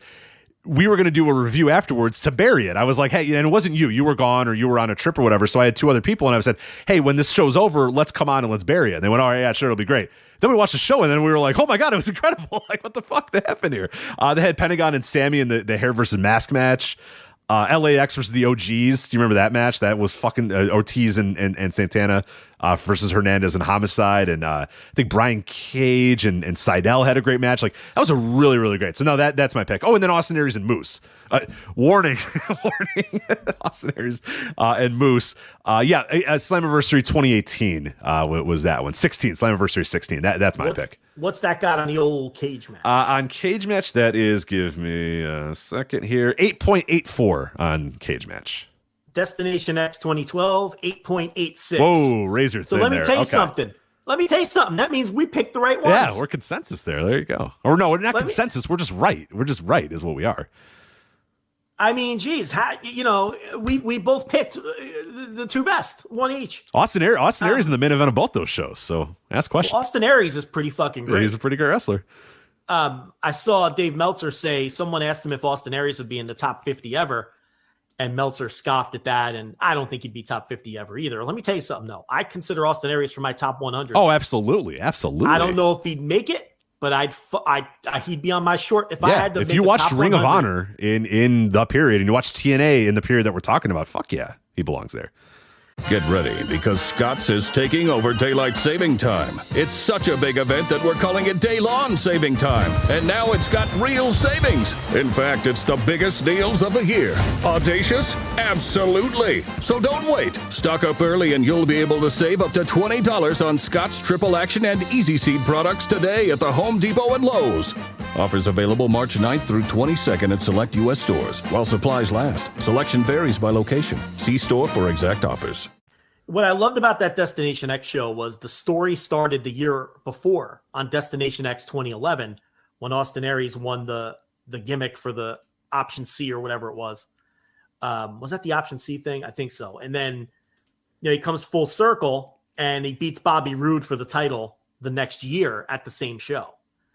And also on that show was that AJ Styles, Christopher Daniels Last Man Standing. Yeah. Samoa Joe, Kurt Angle, not one of their better ones. No, it's a good one, but yeah, not one of It's still Samoa Joe and fucking Kurt Right. Angle, and then the whole X Division thing where they had the qualifying matches early in the show, and then all the winners had the disgusting 4 or 5 way or whatever it was later on in the show. So that show kicked ass. ECW, I will save that for Jovember. The point here is, I think that Revolution is certainly in the conversation. I'm not ready to commit like you that it was the greatest of all time, but I respect the take. I don't think I'm going to sit here and tell you you're nuts. So anyway, it hasn't gone down as much as I thought. You always get, if you look at like cage match, you'll get that initial wave when a show's over, where it's like, you get that with Raws too, like a Raw finish, and it's like the greatest show in wrestling history when you look at the numbers, and you're like, it can't possibly be true, right? And yeah, this Revolution, it was at like a 4 or a 9.6 or something like that. Consensus, no doubt, best pay-per-view they've ever had for a while. It's kind of tailed off a little bit, but by the tail off, I mean 9.26, which still has it firmly ahead of Forbidden Door, which is at 9.21. And pretty far behind All Out, 2021, which is at 9.55. It's probably not going to get there. But yeah, at worst, it's going to, if it falls any, it's going to fall like from 2 to 3, but it's not going to go much further beyond that. No, it's the rating at this point. If you believe in cage match and all that, it's real because there's almost 400 votes in. It's not going to get many more. Right. Speaking of which, the main events, it's still at a 9.65, and Hangman Mox is at 9.3. So those are holding up as well. And the trios match is at 8.7. Just a great fucking That's a great show. I mean, and well, you talked about the buzz and like not being, I mean, like I was up till, I don't know, 4 a.m. or something. I had to wake up at like 6 for work the next day or 5. It was just like, it was a disaster. I was a mess at work, but I couldn't sleep. It was like, and remember how I was like, you know what? I might just watch this pay-per-view again.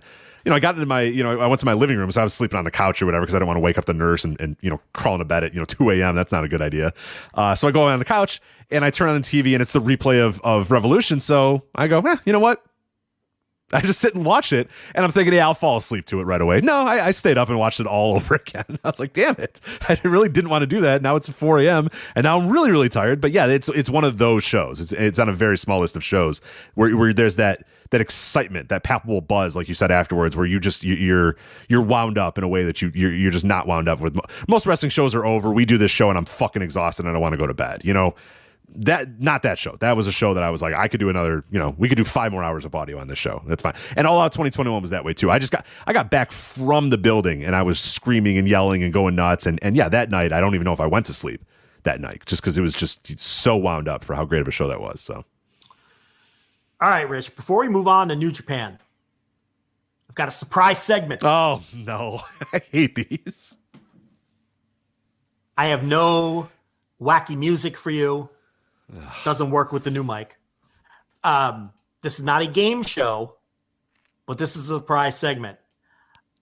I thought of the segment, but I didn't think of a name. So my on-the-spot name for the surprise segment is the Rich Craich Hot Seat. We're going to put Rich Craich on the hot seat. Okay, all right. There you go. Like fire and stuff. I have 3 burning questions for Rich Craich. All right. He doesn't know what they are, No which idea. means he has no time to think about it. It's bad. I don't like this. He's at all. tugging on his collar I hate over there. this so much. So he's just got to give hot takes without having any preparation. Are you ready, Rich, for the Rich Craich hot seat? Yeah, I'm ready. Yeah, let's do it. Now that we have live mouth sound crowds in New Japan, Rich Craich, do live crowds breathe new life into the House of Torture? Ooh, no, they don't. They don't. And I will tell you, Kevin Kelly agrees with me as well. And I know this is a little bit of a tongue in cheek and a little bit of like, no, this is, that's what their characters are or whatever. But my man Yujiro Takahashi was wrestling Shota Umino on the New Japan Cup. And Kevin Kelly said, nothing will take you back to the days of pandemic wrestling like a Yujiro Takahashi match. And I was howling with laughter when he said that. What a great line. It's such a great line. And no, they really have not. No, I still think House of Torture fucking stinks, and it doesn't seem like the crowd's that against them either. I mean, they're into evil. I will say that it has made me appreciate evil a little bit more, but not the lower ends of your shows and your Yujiros. No, are still as irrelevant as ever. Yeah, because when crowds weren't able to make sounds for House of Torture, those were like the worst matches on planet Earth that didn't involve Shazza McKenzie. I mean, they were just brutal, where you'd have, Dick Togo choking someone out with a garrote wire, and the crowd just has to watch, and they can't boo, right? And they can't really do anything. And it was just awful. But now that crowds are booing House of Torture, Rich Craich still says House not of quite Torture there. sucks. Not quite there. Evil, I will say evil. The crowd does react to evil. Evil's been upgraded by the crowds, but the rest of the lower rungs of it are still absolute fucking disasters. So, burning question number 2. Rich, Cody Rhodes famously lost to MJF and also lost his ability to ever challenge for the AEW World Title. Do you remember this, Rich? Of course, yes, of course. Cody Rhodes' story in WWE as we head into WrestleMania is that he's trying to win the world title his father never won from Roman Reigns. You familiar with that story? I am, yes. Is it possible that the Codester was playing a little 4D chess, knowing that one day he'd be headed back to WWE, and he wanted to preserve that major world title win for WrestleMania? Rich Craich. Ooh, I like it. I like it. That's the way Codester thinks. Cody's a thinking man's wrestler. I think that's even a little too much for the Codester. Because when was that match? That was 2019 or 2020. Yeah, that was 2019 maybe. I was going to say that was pretty. I mean, I think it was before It was either before the pandemic, right? It was definitely before the pandemic, right? Either late 2019 or early 2020. I forget exactly when, but no, I can't imagine that he. No, I don't think he was thinking that far ahead. I don't think that he ever thought he was going to go back. Okay, let me phrase this. I don't think he ever thought he was never going to go back there, but I don't think that he saw it in his immediate future of, I don't want to win the AEW title because I'm going to go to WrestleMania and win the WWF title. I don't think he was thinking that far ahead. I think he just wanted to challenge himself and say, let's see if I can do this without winning the top title. Let me see if I can be a top star without winning the top title. Let me see what I could, because again, like for all this story with the Dusty thing, which is absolute fucking horseshit, by the way, because Dusty Rhodes did not give a shit about the WWF title. Dusty Rhodes didn't care about the NWA title. That was his own, right? Like the guy actively did not want the title. And when he did win the title, all he wanted to do was lose it as quick as possible to get some heat on somebody else so that he could chase him around, the territories or whatever. So what are we doing here? But no, I don't think so. I think that Cody just thought it would be a fun challenge to not win the title. And I do think he regretted it. I do think he regretted it because everybody asked him and he constantly got brought up. And there was weird parts of the story where it was like it would make sense for Cody to go for the title, but he couldn't do it. So no, I am going to say that Cody Rhodes was not doing 40 chess and was not planning to eventually main event at WrestleMania and win the WWF title. I think it's a WWE title, Jesus Christ. But no, I don't think that was his intent. I think his intent was just to have a challenge of not feeling like one of the EVPs was putting himself in the top title picture or whatever. I think that was more the play, not necessarily the play of I'm going to win the title at WrestleMania. With the benefit of hindsight, I fully believe Cody always knew he was going to go back. And I think Cody wanted to be the first one to make the jump. Because I think he knew that would make him an enormous star in the other company. First significant jump. In other words, beating Kenny Omega to the punch. You know what I mean? Like a significant jump. I feel like he had this planned out. Now, as far as the whole title thing goes, I don't know. But it's just something I've been thinking about this week because that's the way he thinks. So I wanted to see what you thought about it. Yeah. No, I mean, I wouldn't put it past him. I just don't know if in, the fall of 2019 or whatever, November 2019, that he was thinking, all right, I'm going back to WWF or WWE and I'm going to main event WrestleMania. I don't know. I can't think that. I think it was equal parts. He thought it'd be a fun challenge. And also what a lot of people theorized at the time and what, many people still theorize today is that idea was that eventually when he did turn heel, that he was just going to say, screw it, I'm going for the title or whatever. I don't care about the stipulation. I don't know anything to you people or whatever. So I don't know. That's always where I landed on it, but I'm not putting it. I mean, am I saying it's a 0% chance that you're right, that he was thinking 4D chess in November of 2019? Absolutely not. Because that's Cody. That's what he thinks about. Burning question number 3. I put on my journalist hat this week, Rich. I asked around multiple sources and heard back from multiple sources. Why San Francisco from Tony? I can't wait. I like San Francisco. I got engaged there. Great city. And I can confidently tell you that Chris Hero is the shoot booker of West Coast Pro. I asked multiple sources, Rich. And that is the conclusion. Wow. Okay. That has been reached. He will have his hand in matchmaking, legitimate matchmaking, booking of talent, storylines, and be the on-screen, authority figure type deal as well. So it's a shoot. That leads to my burning question, Rich Craig. Do you think it's a good idea for indie promotions to have a big name star as sort of both their on-screen authority figure type representative and pulling the strings behind the scenes? Do you think this is going to work out for West Coast Pro, which was doing quite well without Chris? Right. Yeah. Man, I'm kind of shocked that it's actually good on you, the journalist had to find out that he's the shoot. I kind of thought it was just a figurehead thing, or they were just going to kind of promote Chris. If he's the shoot booker, no, I think that's a great idea. I think it's a great idea to take, wrestling, especially if there's smart wrestling minds like a Chris Hero. And there's several guys that are. There are guys that we all know that are just are learned, have studied the wrestling history, were great wrestlers in their own rights, are still, actively aware of what's going on in the scene or whatnot. And there's few better than Chris Hero. I mean, Chris Hero had, I don't know if he's still doing that thing on Reddit. He had like a subreddit where he was, talking and discussing, wrestling matches or whatever. And he's a brilliant wrestling mind. I mean, everybody should know that because it's Chris fucking Hero. You watch his wrestling matches and you've ever heard him talk. He's clearly a brilliant wrestling mind.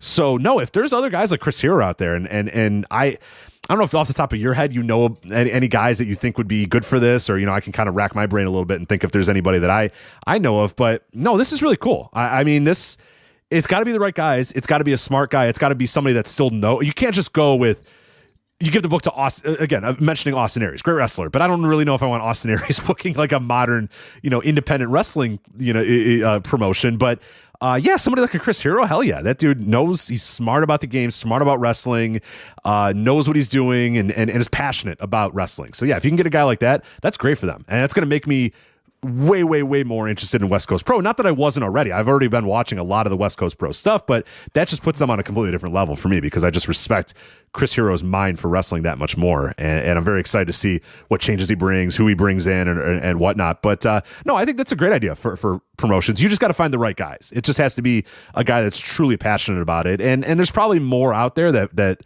aren't going to come to top of mind when I'm thinking about it. But no, there's I think it's a good idea. I think it's definitely a good idea. It beats like the money mark guys or the guy that's just paying for the promotion or whatever. I'd much rather have a Chris Hero book. And I'm not saying West Coast Pro was that, but you know what I mean? Your run-of-the-mill indies sometimes is being run by like the guy that pays for it, and it's like, that's not always the greatest move. I think this is great. Great idea. You know who gets spoken highly of in that regard by anybody who's come in contact with him or knows him?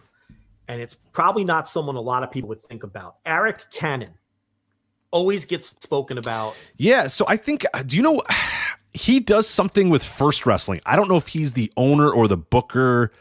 They're out of Minneapolis. Yeah. He is involved in some way with them, but I don't recall what. In some capacity. He does, yeah. They're the ones that ran the Mall of America. Darren Corbin works for them forever. He's worked for, I forget what involvement he has in them. He might be the shoot owner of the company. I think he owns the company. Yeah. Let me see what Cage Match has to say about that. Yeah, as far as I know, he's at least involved in some official capacity, whether he's the money of it or it's his company. You're right. Okay, all right. His company. So chances are he's booking it. I don't know that for a fact or anything, but it is his company, and they've been a staple in that area for decades at this point. So. But he's someone who, you just talk to people in and around wrestling whenever his name comes up, and they're like, oh, yeah, that guy's got his shit together, and he's a smart guy, and he knows what he's doing. I know Ricky Shane Page got either fired or chose to leave on his own volition from Circle 6 recently, and he was apparently booking for that company. And anyone who you would talk to before the Circle 6 guys split off from Game Changer, I talk to people who would know, not PR, that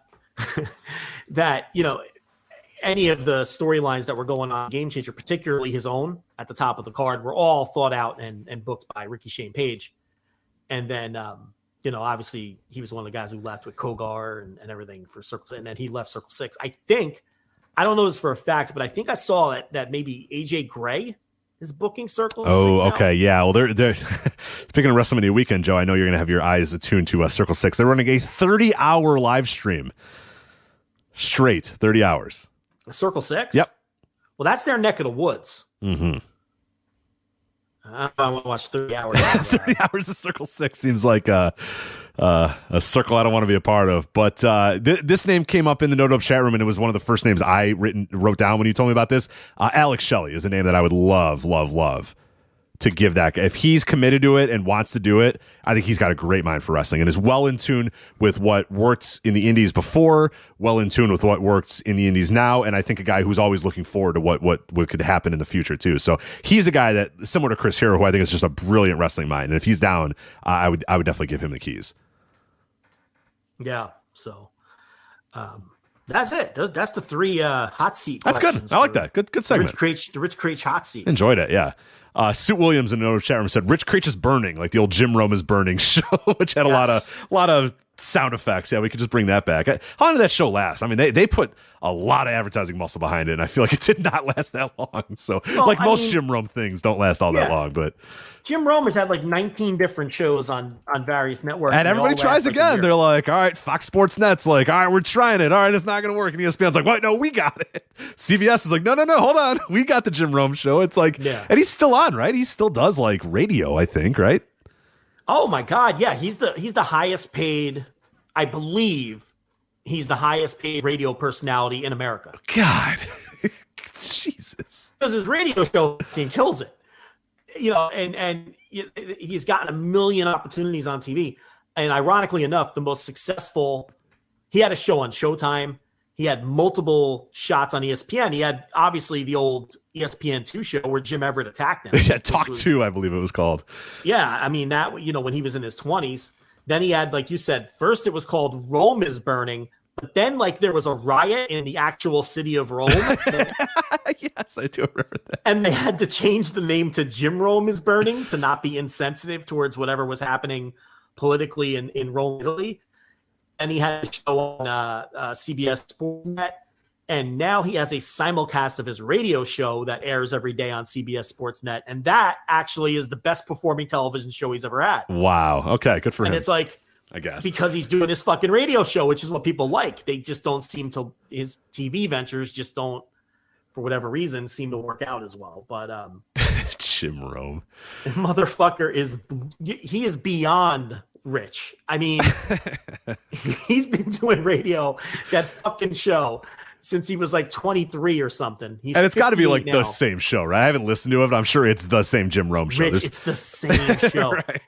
It's a 58-year-old man telling people to bring a take, but don't make sure it don't suck. Like, he's the same fucking guy using SoCal lingo. The jungle, right? Or what were they called? The jungle. The jungle. What, is that what he called his like caller base? Yeah. They still do the smack off once per year. Yes. Where the callers call up and just insult each other. Yes.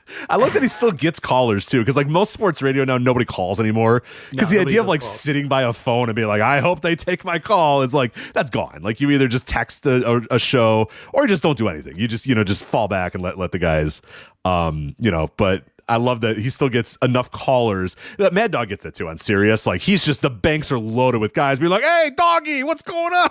It's like this guy's waited on the line for 2.5 hours to talk to me. And he's like, I think the Jets should trade for Aaron Rodgers. He's like, I agree. It's like you waited on the line for 2 hours to say that. But yeah, these old school guys still take the calls. Yeah, man. I love it. Yeah, man. That's the dream. A bank full of calls. That's the dream there. Well, you got to think about it, like when you're out of topics, you just open the fucking phone lines. That'll get you. The show produces itself. I mean, the few times that we've done the calls, it's because we didn't have a lot of segments. So we're like, all right, let's do some calls this week because it just eats up a fucking segment. It's easy production. And I'll never forget, a lot of people are coming at, Adam Silver, the NBA commissioner these days, because, he's letting his league kind of, fall. Got John Morant doing his shit and other stuff going on and load management and all this sort of stuff. Do you remember when Rome interviewed David Stern? Oh, yeah. Do you remember that? So he was talking about the draft lottery being fixed or whatever. And Stern was just like, hey, Jim, have you stopped beating your wife yet? It's like, whoa, it's the commissioner of the NBA who's just like, he's pissed because Rome's just like, David Stern, so was the fix in for the lottery or what, man? Like, what are you doing? Yeah. Like, what are you trying to perpetrate on these fans here, man? What are you trying to... Yeah. And David Stern just looks at him deadpan and goes, have you stopped beating your wife yet? And says, I think it was something like, are you done making career out of like cheap shots or something like that? It was like, I think what Stern's point is it's so ridiculous to suggest that the draft lottery is fixed that it would be just as ridiculous for me to come on here and say that you beat your wife. Right. With no justification. Or right. I ask you, have you stopped beating your wife? Which is not necessarily, do you beat your wife? But I'm saying, right. I know that you beat your wife, but have you stopped it? So now Jim's just like, David, come on, man. David, come on, man. It's like, not fair. And that guy's the commissioner of the, like, Adam Silver ain't doing that shit. You know what I mean? Adam Silver's not built like David Stern, man. That guy was built different. Yeah, that was very confrontational. Mike and the Mad Dog always would say too. Francesco was just on First Take with Mad Dog and Stephen A. Smith, and he said one of his favorite guests was when they would have David Stern on, because he would fight back. Like Stern wouldn't roll over. Like they knew they were going to get. If they came at Stern hard, Stern would bite back. And he says sometimes Stern would change their mind. Like he would win the debate. Well, he is a lawyer. He is a very successful lawyer. So yeah. So Stern was cut from a different cloth. Like he wasn't afraid to go tooth and nail with interviewers or people like that. Yeah, he was. Stern was different. Well, they don't make him like David at Stern anymore. Nah, you can't have commissioners like that anymore. Anyway, it's not going to work.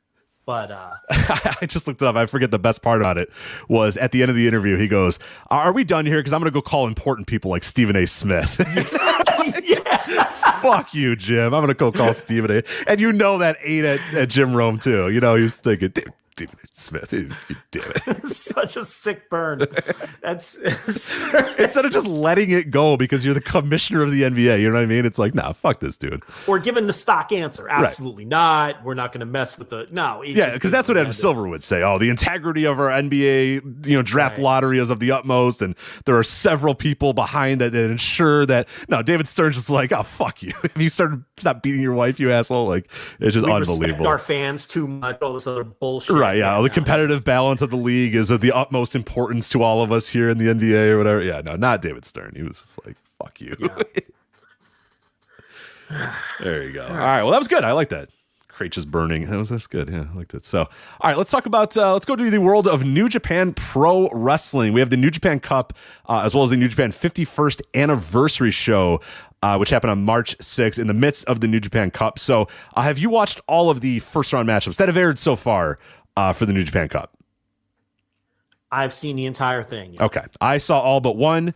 Life is far too short for Mark Davis versus Toru Yano. But do you want to indulge me with any of your Mark Davis Toru Yano thoughts? It wasn't that bad. I 12 minutes. I got other things to do, man. I'm Did good. You need to see it? No. No. I figured I could probably skip that one and be perfectly okay with my life and perfectly okay to the listeners of this show. So, okay. Other than that, more I saw importantly, everything. Mark Davis will be taking on Will Ospreay in the next round. Hell yeah, I will. Yeah, there's a lot of. Will you be watching that one? Oh, of course. Yeah, I think I'll check out that one for sure. Yeah, there's a lot of fun Aussie Open potential here. You got if Fletcher beats Yoshihashi, he'll have to beat Yoshihashi and then face Hiroki Goto in the next round or whatever, which would be really, really cool if they ended up doing that. But we'll see. Did you watch ROH before we went on the air? I did not watch it this week. So Aussie Open wrestled Rhett Titus and Hot Sauce Tracy Williams, who was the Silver Ant, if you weren't aware of that, Rich. He was the Silver Ant and the Green Christmas Ant. is ruined. If you weren't familiar with that. Shoot trash. Great match. Probably the best match out of the 2 weeks so far. So I would suggest, if you don't. Oh, and the show was I think an hour and 52 minutes this week. It ran from 2 minutes. For some reason, it didn't start at 6 Central. It started at 5:58 or something. Okay. And it ran till 7:51. So they are doing like flexible time lengths, it looks like, as we thought that they would, similar to the Darks. But Aussie Open versus Hot Sauce and Rhett Titus was really fucking good. And I thought that the pure title match with Wheeler Utah and Timothy Thatcher was a good match with a great finish that played into the Blackpool Combat Club heel turn. So I think that's worth a watch too. The rest of it, I don't know if people need to sit through the whole hour and 48 minutes or whatever. I did hear they had to. My favorite thing ever is having to be creative with editing and commentary and stuff when you tape stuff ahead of time and then things change. I was told that Samoa Joe, who was still carrying the TNT title at the tapings, they had to like creatively edit around him carrying the title, which I love that stuff. Hey, it worked on me because when I watched it, I thought, hey, they thought ahead and didn't have him come out with the title. But then, yeah, like you said, I was told later that they were just doing really tight shots. Yeah, I wish they would have went old school with the. It's so hard to do nowadays, but I wish they would have went old school where they tell them, come off with the title for episode 1, but episode 2 you can't come out with the title. You're going to lose that thing. I think they also know now that fans are going to exactly. Yeah, you can't. I don't think you can do that anymore. In 1991, you could pull it off. I just wrote an article on the paywall about the Freebirds and their -6 title reign, and on the house shows, the first week of the house shows, they still had Doom come out with the titles, and then the next week of the house shows, they had the Freebirds come because that's what hadn't aired, and all that sort of stuff. Again, it's behind the paywall if you learn about the Freebirds -6 day title reign or whatever. But that was 1991. Like, you know what I mean? It's only going to get out in the Observers and the Torch and Matt Watch or whatever. The newsletter folks will know. But yeah, it's that. But now you can't have, if Samoa Joe came out with the TNT title for one episode and then not the other one, it would just, people would lose their fucking minds. So yeah, with the internet, everyone knows, and then you're doing a spoiler. In 1991, it's just a couple thousand newsletter readers, because newsletter readers would go to those WCW tapings and then report shit to the sheets. The sheet, like you said, the sheet readers would know what was going on. Now everybody would know. So I think that's why they probably just opted to do the tight edit. Yeah, tightly cut around it and edit it, and just make our way. But yeah, I like that. I appreciate that. Speaking of Trashy Tim, and we will get to the New Japan. I think he's done with Noah. Remember that really fishy loss he ate at the Buddha show? Yes, quick we loss. were like, man, he tagged in and got beat up and pinned. I think that was a write-off, because he hasn't been booked for Noah since, and now he's like doing these ROH tapings, and this would be, I guess, his second AEW/ROH match.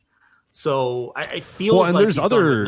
They booked somebody else. They booked somebody weird. Another one of like Paxton Noah's. Huxley. Yeah, like another one of like, and it feels like he took Thatcher's spot, right? Yeah, he's teaming with Suzuki. Right. So that looks like Trashy Tim might be coming Noah. Yeah, well, that really felt like a write-off the way he lost that tag. Yeah. Oh, yeah. That was pretty. Well, we talked about it at the time. We're like, that's kind of weird that he took that fall, and I guess now it's not that weird.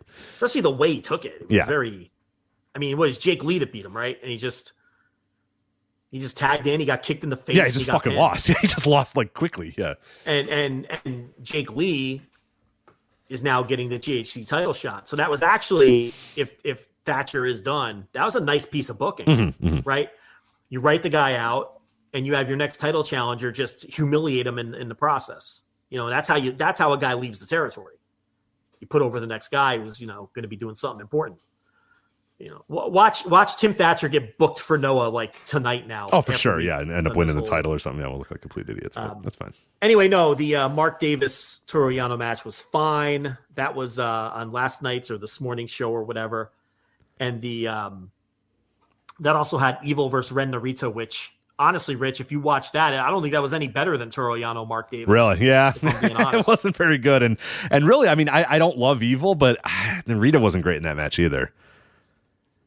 Evil was worse, but I don't know. Yeah, it's the Narita thing is weird. A lot of the New Japan young guys, man, there's just something missing with those guys. Umino was better in that match against Yujiro, but he's not there yet. It's Yujiro. Again, there's not a lot you can do with the Yujiro, so I get it, but I'm just not seeing enough out of those guys.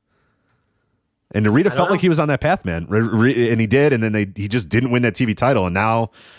It's been downhill since then. It really has. Yeah, he doesn't feel the same. There was something there for a little bit, it felt like, and now it's just not there. And it is Evil though. It's all gimmicked up, and it was 20 minutes, right? It was 18 minutes or something like that. So yeah, that certainly doesn't help matters. But all right, we're on the walk me through the other nights here. We'll talk. Yeah, okay. So night one, the New Japan Cup matches were Tetsuya Naito and El Phantasmo, which I thought to me was the best match of the entire first round. I loved this match. I thought Phantasmo was fucking spectacular in this match. He was so good. And Naito brought his A game too. Sometimes you get first round matchups, you're going to get maybe t-shirt Naito take. No. This was Naito full bore, going all out to try to make El Phantasmo a guy. El Phantasmo doing just tremendous work. How you don't see, there are still people on this earth that don't see it with this guy. You know what I mean? Like, you and I will argue with people that are like, I don't know. It's like, what are you talking about? Watch this match. Like, watch this match. Like, if you don't see what potential there is for this guy, you're just lost. You're just watching something different than I'm watching, because I thought he was spectacular on this night. The crowd got behind him. He got Naito fans turning on Naito and cheering for him. And by the time it was done, like, they just went back and forth and back and forth and back and forth. Naito won, which I was a little surprised by. Again, my predictions from last week were for entertainment purposes only. Thank God people hopefully were not betting based on those, because I thought Phantasmo was going to make a run. He didn't. Naito did beat him here, but I thought this was far and away to me the best match of the entire tournament so far. I thought it was all right.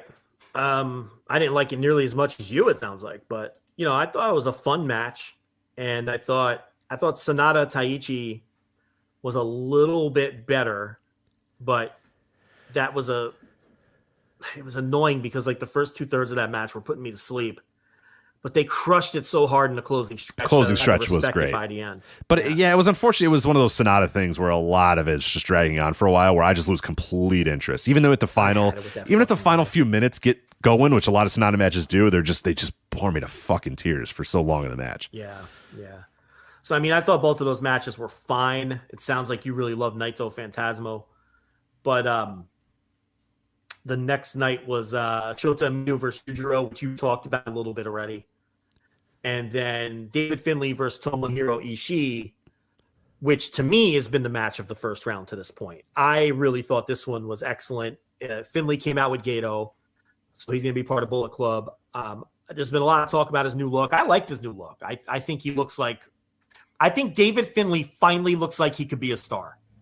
He always struggled with his look. And I think this is the best look he's ever had. So, and the match with Ishii I thought was excellent. I went a smidge over 4 stars, and to me, it's the best match I've seen so far in the tournament. What'd you think of that? I loved it too. Really good work. I don't think I'm on board with Finlay as much as you are.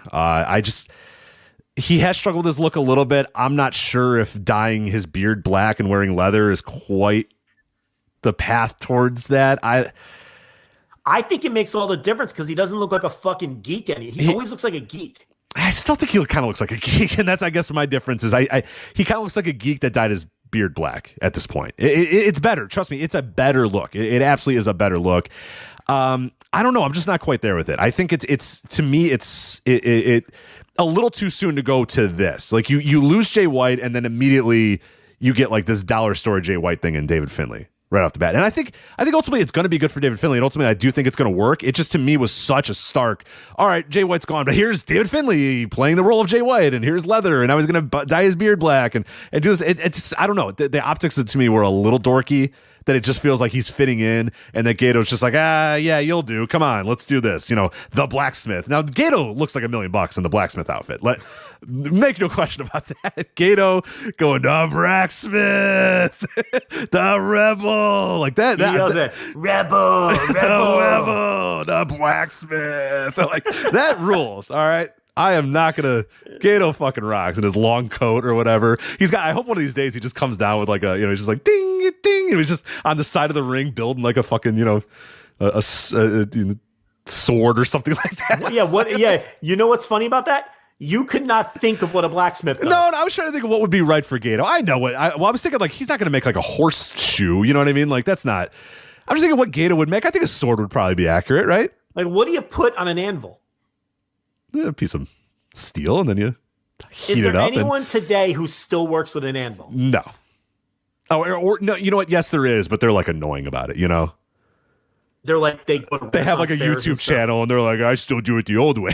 It's like, all right, cool. Yeah, buddy. I like to pound out my own knives, like right. that kind of guy. Yeah, like okay, all right, buddy. Some Renaissance fair dork. right. Actually, these are sharper. Anvil. Yeah, these are sharper than any sword you could ever make. Okay, yeah. All right, cool. All of my tools are handmade. All right, great, fantastic. Cool, I'm gonna go to Lowe's. I'm gonna go buy a hammer. I'm gonna go buy a hammer for $15, and thank you. But. Yeah. So nobody really uses an anvil anymore, is what you're saying? No, they do it like, old farms when you go to like, this is how a farm used to operate in 1827 or whatever, like one of those. And then, Renaissance fairs is pretty much all I imagine anybody's using those for anymore. But no, I think it's going to work eventually. It's just, to me, the optics were just like, whoa, okay, here's like replacement Jay White immediately in the form of David Finlay. And I just, me, I'm over Bullet Club anything. But they are being weird about this one where they're trying to say that it's not necessarily Bullet Club, it's Rebel Club or whatever. So they're trying to kind of get away. It's a work in progress. This is the first time we're seeing it. I'm not burying it. I'm not saying it's dead on arrival. I'm just saying I need to see a little bit more to fully invest in David Finlay. I think for the first time, he doesn't look like a jobber. That's number one. And I think that he has obvious confidence that he's exuding for the first time as well. A different kind of confidence. So I think this has a chance. And if they're putting him with Gato, it means that they're going to give him a chance. For sure. The Gato stamp of approval is good. You want that for sure. And then the main event of that show, that was the 51st anniversary show, was Bishamon, Hiroki Goto, and Yoshihashi defending the titles against Tanahashi and Okada. And I love this match. That was really, really good. This is one of the best, Yoshihashi matches I think I've ever seen. I've been saying that a lot recently. I mean, they figured it out with Yoshihashi. Was like, why are we trying to make this guy like a dorky singles dude? Like, this is it for him. And Hiroki Goto, it's a great role for him too, and they're finally actually having him win a title and keep winning a title and retain the title. And yeah, Bishamon's great right now, man. They're really, really good, and the Tanahashi Okada team was good, as they always are. But I thought it was a cool story too, because in my heart I was thinking, all right, well, they're probably gonna have Tanahashi and Okada win this thing, right? And then I realized, no, the way that they did this match and the way that they did the story was perfect. Tanahashi and Okada are like hired guns that just kind of came together last minute and are individuals that aren't really good at being a tag team, aren't really good at being a tag team with each other. And it showed. Whereas Bishamon was like a well-oiled machine. When Hiroki Goto needed to get in the ring to save Yoshihashi, he was there. When Yoshihashi needed him there for the double team maneuver, Goto was there. And it worked out perfectly where it was like, you saw the story of, yeah, it's Tanahashi and Okada. These are two legendary wrestlers in New Japan Pro Wrestling, but they don't have they don't have the teamwork that we have. They don't have the chemistry that we have. So we're out here, we're being a better tag team than they are. And ultimately, that's why they win this match and retain their titles, which I think was a great way to tell the story. And again, it speaks to the high level of booking and the high level of thought that New Japan gives to wrestling that a lot of other companies don't give to wrestling, where a lot of other companies wouldn't book it the way that they booked it or wouldn't have the match structured the way that these guys did, where this was perfect. Again, like absolutely perfect, that Goto and Yoshihashi were just a better, well-oiled machine, and Tanahashi and Okada just, hired mercenaries, came together last minute, but it didn't work out because they're not a tag team. How many times over the years have we seen WWE put two top guys together and then they beat the seasoned tag team, champions or whatever? We've seen it countless times, especially in that kind of mid-aughts era where it would happen all the time. And I always hated that. And it was great because at the end of this match, Kevin Kelly says to Chris Charlton, he goes, "Chris, are Hiroki Goto and Yoshihashi two of the best wrestlers in the world?" And Chris goes, "Nope." And then Kevin Kelly goes, "Are Hiroki Goto and Yoshihashi the best tag team in the world?" And Charlton goes, "Yup." And that sums it up right there. For sure. It's and that was kind of the story of the match. And I thought it was great. I went 4.5. I thought it was better than the hyped All Japan tag title match from January. It's right there with the best tag team matches that I've seen this year. And I thought, the crowd was red hot for it. And like you said, Yoshihashi was really good here. He is a great tag team wrestler. He really is. And he always has been. And, there's been guys historically who were great tag team wrestlers who weren't necessarily great singles wrestlers. And, I think that he's one of them. So he does deserve credit for that. And I love that New Japan is giving this team a substantial title reign because they're really starting to establish them as something special. And they keep winning these matches. And that hasn't happened in New Japan in a very long time, a special team, a real established special team. Yeah, no, and it hasn't been the MO of Gato. That's for sure. But, they've survived. I thought they were going to lose here. I thought they were going to lose like the last 3 times they defended. And then they just keep successfully defending those belts. So, and I thought it was a really cool match to have at the anniversary, which drew a little over 2,000 fans to that, little Ota City gym that they run in. So, yeah, no, I thought, that was the whole show was pretty good. I mean, a lot of undercard tags, but they were all a lot of fun. And really the only Shota Aminu Yujiro was a nothing match, but I really liked the Finlay Ishii match, and I love the tag. And then otherwise on the tour here, night 2 of the New Japan Cup, March 8th. That was the one obviously from yesterday. Mark Davis and Toru Yano, and then Evil versus Ren Narita. We talked about both of those. I don't know if we need to get into any more details about those, but I guess anything else that you have on Davis and Yano or Evil and Narita. Nah, we already talked about those. So, all right. So what we know is coming up right now. Obviously, things are going to get booked because it's a tournament. But we know right now, tournament match wise, March 10th. So tomorrow morning, by the time a lot of you listen to this, probably will have already happened. Yoshihashi versus Kyle Fletcher. on the first round match. I mean, they're already telling the story that Yoshihashi just got done with a grueling match, with Goto against Okada and Tanahashi. Now he's got to come back here in just a couple of days and face Kyle Fletcher. To me, it's so obvious that Kyle Fletcher's beating him here, because then the next match on the bracket for Kyle Fletcher would be Hiroki Goto, and that just makes all the sense in the world to build up Aussie Open for that next title challenge there. So I don't know. That's my prediction. But again, I told you El Phantasmo was going to go to the semifinals or whatever. And I was wrong about that. But you got that Yoshihashi, Kyle Fletcher. And then you have Shingo Takagi and Aaron Hanare is the other match for tomorrow morning. March 11th. We do know now finally a few second round matchups as well. Kenta versus Sonata, second round matchup in the New Japan Cup. And then Naito goes on to face Chase Owens. That will be on March 11th. We're into the next round already. It feels so fast. It does. It does. I was kind of surprised myself. I know that's what the bracket is and everything, but it just seemed the last couple of years, that one, what they have last year was gigantic. Yeah, it was massive. It was like 32 men or something like that, or maybe even a little bit more. But it was wild. But yeah, now we're just in a nice, clean, easy bracket where it's like, oh, all right, second round. So here we go. David Finlay versus Great Okan. That's going to be on March 15th. And then Zack Sabre Jr. versus Shota Umino will be a second round matchup on March 15th as well. Yeah. And then the rest of the brackets will obviously play out. Then we do know March 21st, the New Japan Cup final will be that night. And also Hiromu Takahashi versus Leo Rush. Leo Rush getting a junior heavyweight title shot on the March 21st final of the New Japan Cup. That's pretty cool.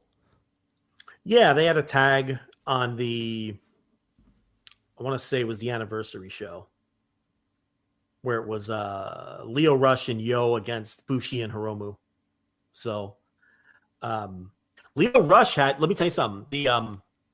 I know everybody stopped watching it already, but he had a really good match with Jacob Fatu on MLW this week to open up the show. If you have it on the DVR, it's worth a watch.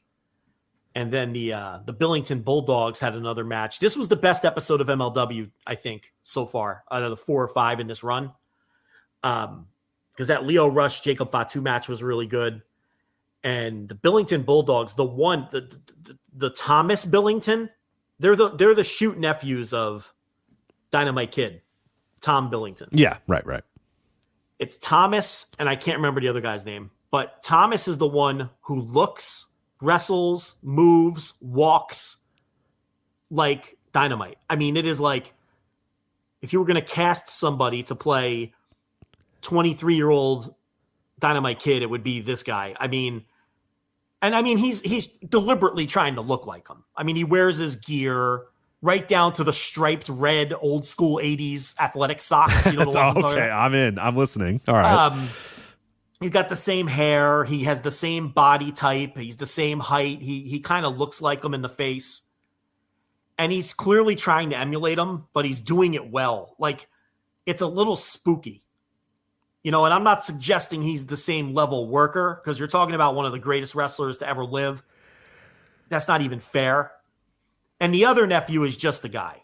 He's tall, he's skinny. And they're both like 19, so they have a lot of growth, both literally and figuratively to go through. But Thomas, the one that looks like Dynamite, there might be something there. Right I saw him a couple years. I saw him like a year ago or whatever, but has he improved a bunch? They're not bad. I'm not going to sit here and tell you I would sign them right now if I was AEW or WWE. But there's something there, especially with Thomas. He's been watching his Dynamite tapes for sure.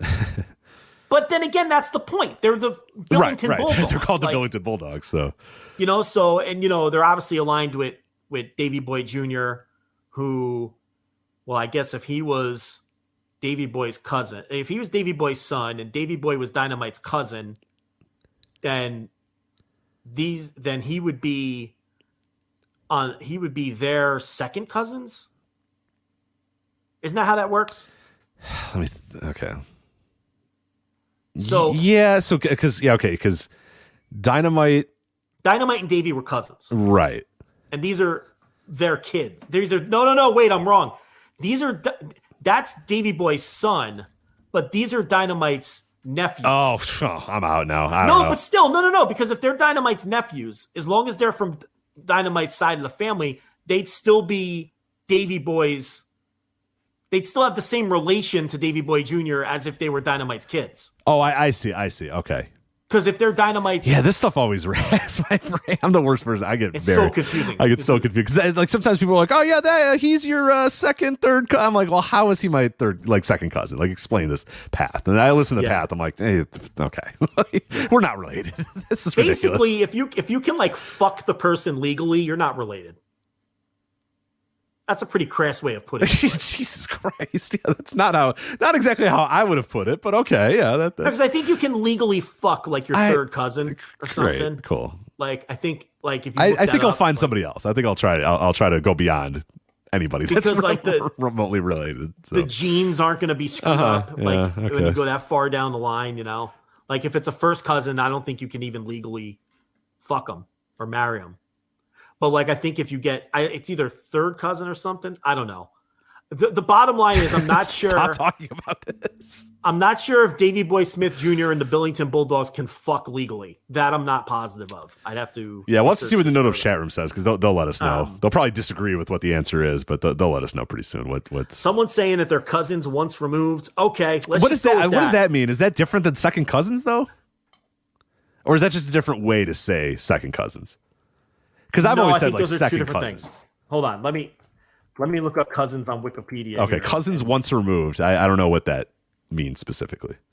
All right, those are different things. Hold on. So, but I guess like you're saying, it's Dynamite's brother's sons, so they're still cousins. They still be cousins, right? It doesn't matter. Dynamite doesn't matter in this case. Like it doesn't matter. It's just a guy that yeah, exactly. You understand what I'm saying? I got you. Yeah. As long as they're not Dynamite's like one of his ex-wives' nephews, then they wouldn't be related to Davey Boy. Yes. But if they're his brother's kids, then yeah, they're just the same. Right. They would be the same as if Dynamite had a kid and then he was with Davey Boy. Correct. Yeah. So someone goes, Jerry Lee Lewis talking. I'm not even gonna explain that one. You can figure that out on your own. That's great. That is great. We're not even third hour. We are third hour. We are definitely third hour. Yes.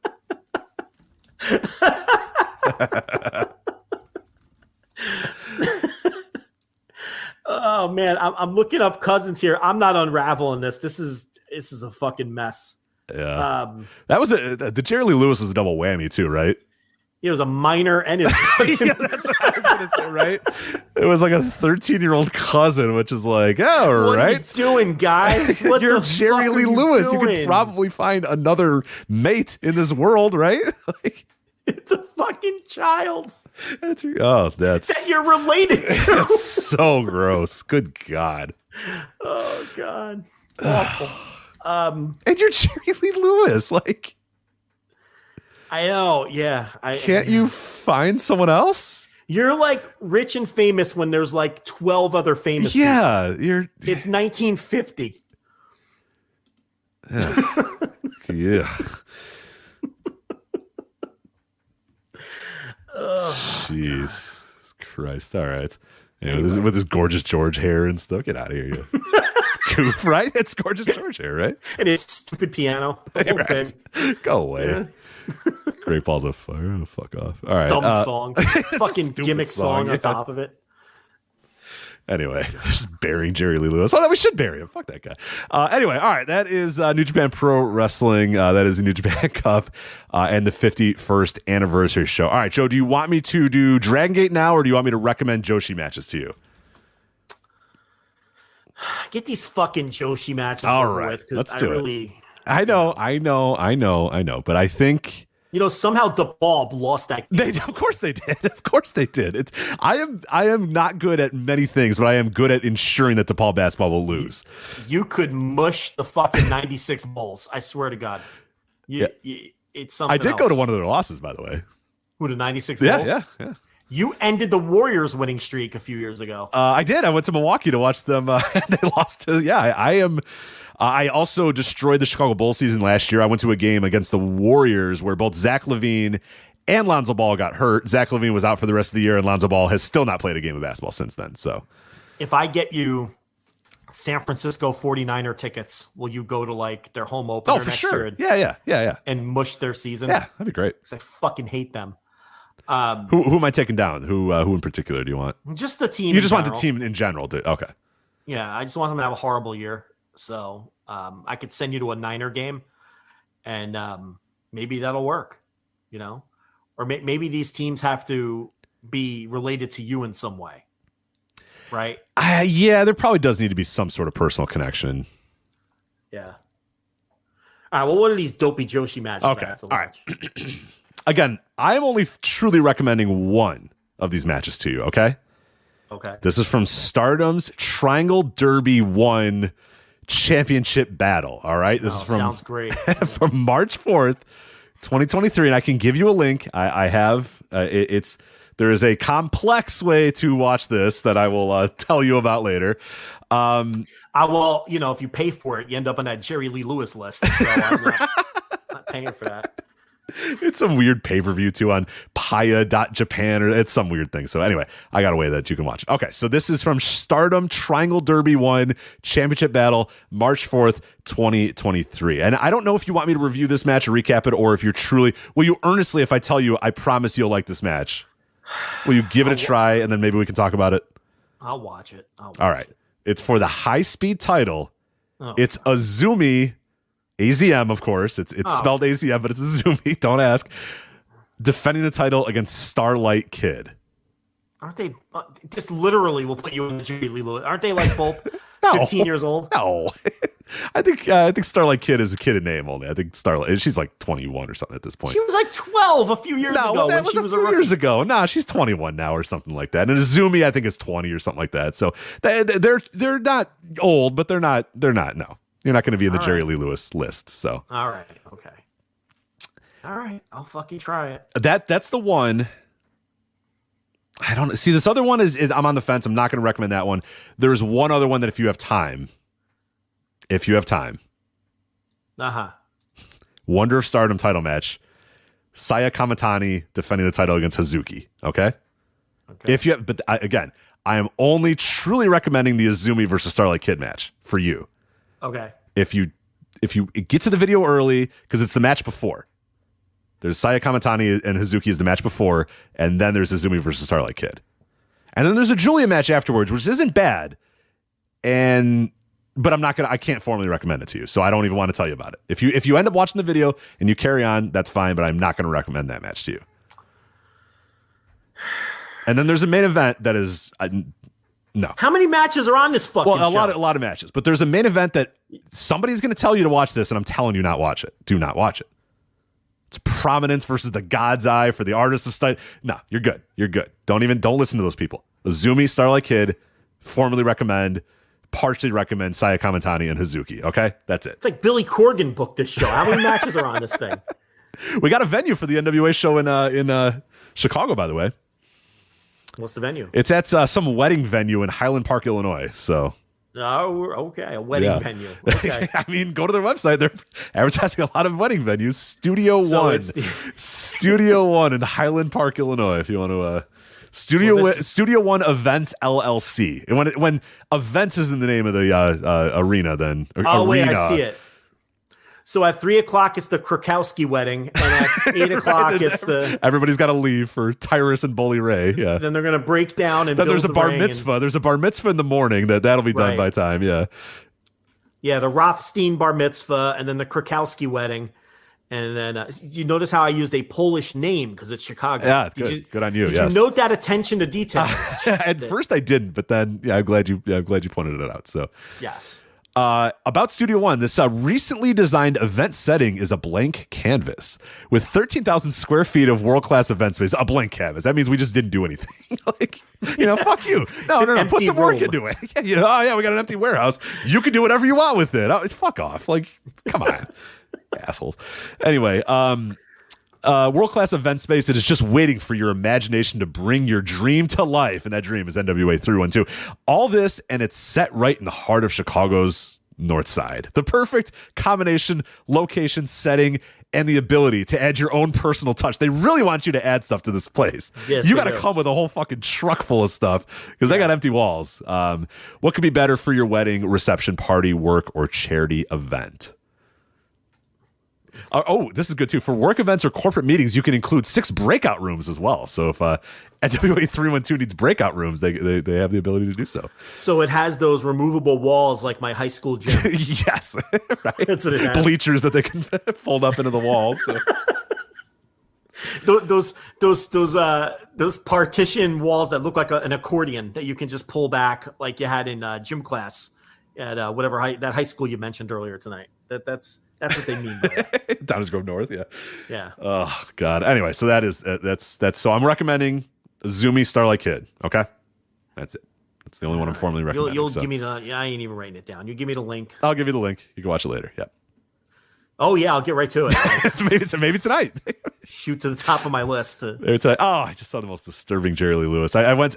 God damn it! I looked up Jerry Lee Lewis on my on Google, and there's a picture. Oh, it's horrifying. It's the 13-year-old cousin feeding him a spoon of peas. Oh, come on, Rich. Oh, it's so gross. Oh, and she's got like braces because she's 13. Oh, and he's clearly in his like 30s. What are we? Oh, God. Good Lord. All right. Anyway, all right. Let's get to Dragongate then. All right, you ready for Dragongate, Joe? I'm so ready to stop talking about Dragongate. Starlight Kid and Jerry Lee Lewis. Yes. All right, so Dragongate was in Osaka this weekend for 2 Champion Gate in Osaka shows. Of course, if you want more Dragongate coverage, open the Voice Gate. We're only going to do about 20 minutes here, but open the Voice Gate on the Voice Wrestling Podcast Network. Obviously covers Dragongate better than any other podcast on earth. And reviews of both of these shows are also available at voicesofwrestling.com. Written, ironically enough, by the 2 hosts of Open the Voice Gate, Mike and Case. So there you go. Now, so did you watch their tag tournament stuff? Correct or? Yeah, I watched most of the tag. Okay, so I didn't see any of the tag tournament. Anything that stood out to you or that must be watched? There were some people in our Discord saying that like, oh, in the tag tournament I've got like 15 notebook matches. I don't know what matches they watched. I thought most of the tag tournament was good, but like 3 1/4 good.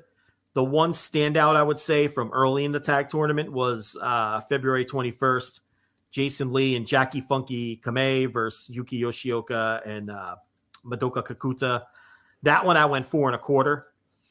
As far as the rest of the tag tournament, I really didn't think anything was, there were a bunch of good matches. Don't get me wrong, like but nothing that I think people need to like rush out and find until the final, which I think was on March 2nd was the final, and I think you saw that match.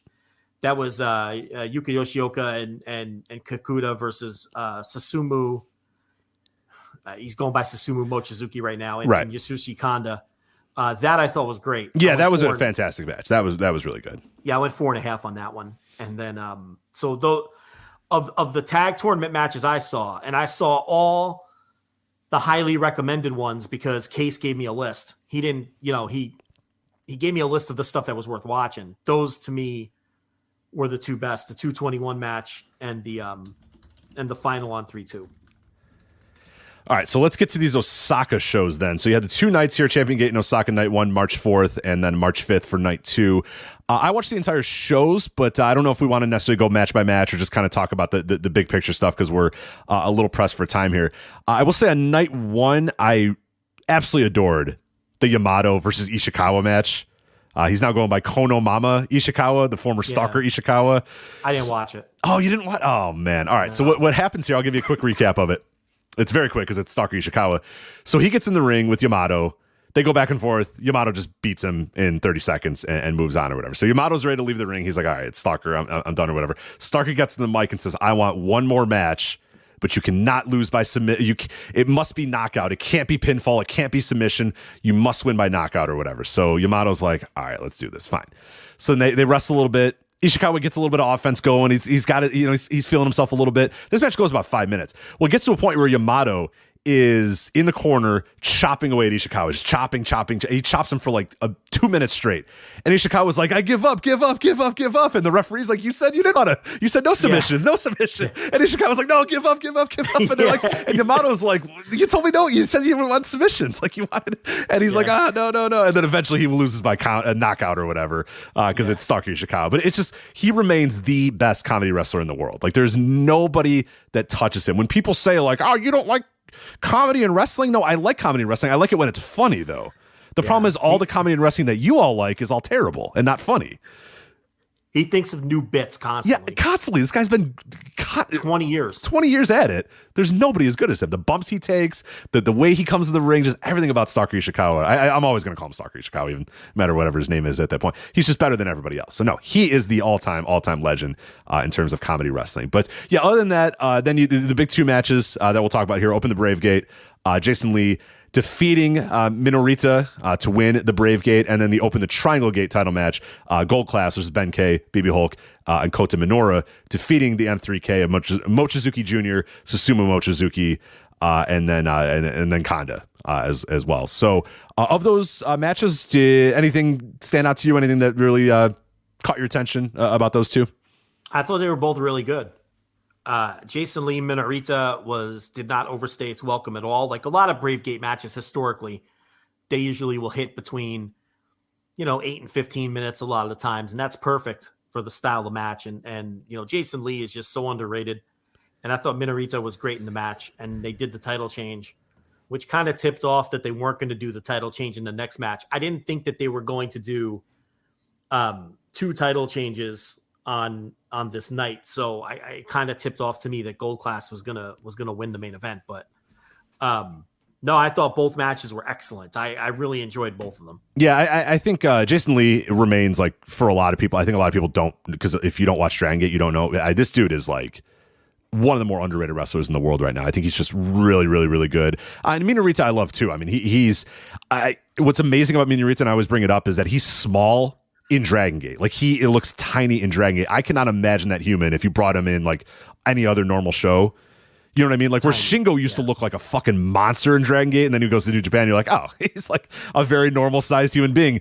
Minorita looks so small against these. Like Jason Lee hulks over this guy. Like I'll never forget when Diamante faced Minorita like last year, and Diamante looked like Andre the Giant next to this guy. And I know Diamante's probably like 6'1" or something. Like I'm sure he's not a very big guy at all. But yeah, he just looked like a fucking monster next to Minorita. But yeah, Jason Lee is awesome. And yeah, Gold Class, I like what they're doing with the Gold Class, because I've always been a big proponent of Ben K, and I'm ready for Ben K to do bigger and better things, but they've kind of figured out what to do with him a little bit here in Gold Class. I still think the ceiling's a little bit higher for him, and that's probably going to come true hopefully in the next couple of weeks and months or whatever. But yeah, I thought he looked great in here. BB Hulks feels a little refreshed after a while.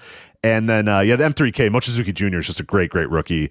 And Susumu is still, just fucking great. It got, yet again, add 2023, another year where Susumu is a great wrestler. So, all right, we'll see you again in 2024 when we again declare Susumu a very good wrestler. So for the 15th straight year or whatever, he's going to be a good wrestler. So yeah, and he was so good in the tag final, Susumu. Oh yeah, yeah. He's still better than most other wrestlers on the planet, and he's not a spring chicken. What is he? He's got to be 43, 44. Let me look this up. He just turned 45. Happy birthday to Susumu. Wow. February 18th, 45 years old. And he looks good, moves good, fine. He no longer has to pretend to dance in Natural Vibes, which is good. I hate Natural Vibes so much. I hate You're not clapping along. The entrance. I fucking hate it. It's just, I can't stand it. That's fair. Susumu, I thought, was the best wrestler in the tag final, and then obviously in the Triangle Gate gate match was great too. He's one of my all-time favorites in terms of just bell-to-bell guys in Dragon Gate. Just a glue guy on the roster for 2 decades. Just, you could put him in any role, and he's just always great. He's just rock solid as fuck. And then the night 2, we'll talk about the big matches here. Unless anything else from the undercard that really stood out to you on night 1. I only watched the big match. Okay, that's fine. Yeah, that's fine. That's the only ones I think are really worth talking about for these. So the night 2, you had 2 matches here. You had the Natural Vibes defending their Twin Gate titles against D-Courage, which is Kakuta, and Yoshioka. And then they opened the Dream Gate match with Shun Skywalker defending his title against Strong Machine J, and successfully both champions retain those. Twin Gate champions, Natural Vibes retain, and open the Dream Gate, Shun Skywalker retains. What'd you think of these two matches? So the tag title match, I had them both at 4 1/4. They were both very good matches. I thought the tag title match was a lot of fun, and Kakuta and Yoshioka I thought were really good in the tournament itself. They were in most of the better matches of the tournament. And it was interesting because I had no feel for who was going to win the title match, and I went in unspoiled. I really thought they were going to win, so I was surprised when they didn't. Now, the Dreamgate match I really liked a lot because I probably like Strong Machine J more than most people. I thought he was great here. I loved him in this match. He was, and he hit that hammerlock suplex deal that no one's ever kicked out of, and Shun kicked out of it. And then he worked to get to it again, and if he would have hit it, he probably would have won. But then Shun did like a jackknife, back bridge pinning combination and caught him. And Strong Machine J just sold it like he blew it. Like it was his opportunity to win the title, and he was right on the verge. And Skywalker just caught him, catch as catch can. And I thought the whole match was very, very non-Dragon Gate. It was like a traditional world title match in structure and layout. Mm-hmm. Yeah, it was kind of slow moving at first, but it wasn't. I don't mean that in a bad way, though. You know what I mean? Like I thought. Yeah. I'm like, oh, they're doing this a little different here. They're working this a little different. It was a little bit more methodical and not even in the way where they try to copy the long epics and fail. No. They were just having a good, solid professional wrestling match. Yes. Yeah. Exactly. It wasn't. So that's what I mean. Like not a Dream Gate match where Dragon Gate always falls into that trap, particularly during the golden years where they try to mimic the epic world title matches from the other Pro promotions. And it just never worked because that's not what they do. And you still see that sometimes today, but not as much. This wasn't an attempt at that. This was just really Shun wrestling Strong Machine J's match. And it just worked for me. And I thought the finish was excellent. And, I'm glad the title is back on Skywalker. I prefer him to Yoshioka as the top guy. And this match really connected with me. The only, I watched a ton of Dragon Gate the last 2 days. And, obviously I thought very highly of a lot of the matches, particularly in the past week from not just from Osaka, but also the tag final from the second earlier in the week. So there were a bunch of matches that I thought were very good. The problem I'm having with Dragon Gate still is it's soulless to me. I am not emotionally connecting with anybody on this roster. It's just, and it sounds weird to say, but I'm watching all of these matches that I think are pretty great, but they're hard. It's like you're not feeling anything from it. Yeah, I'm not feeling anything, and I have to take breaks. Like I'm like, all right, I'll come back later because it's like I'm just not into the personalities. The promotion doesn't have the fun life that it used to have. And the one thing I always what would always say about Dragon Gate for years on this show was we wouldn't watch Dragon Gate, or I wouldn't watch Dragon Gate for like 2 months or whatever.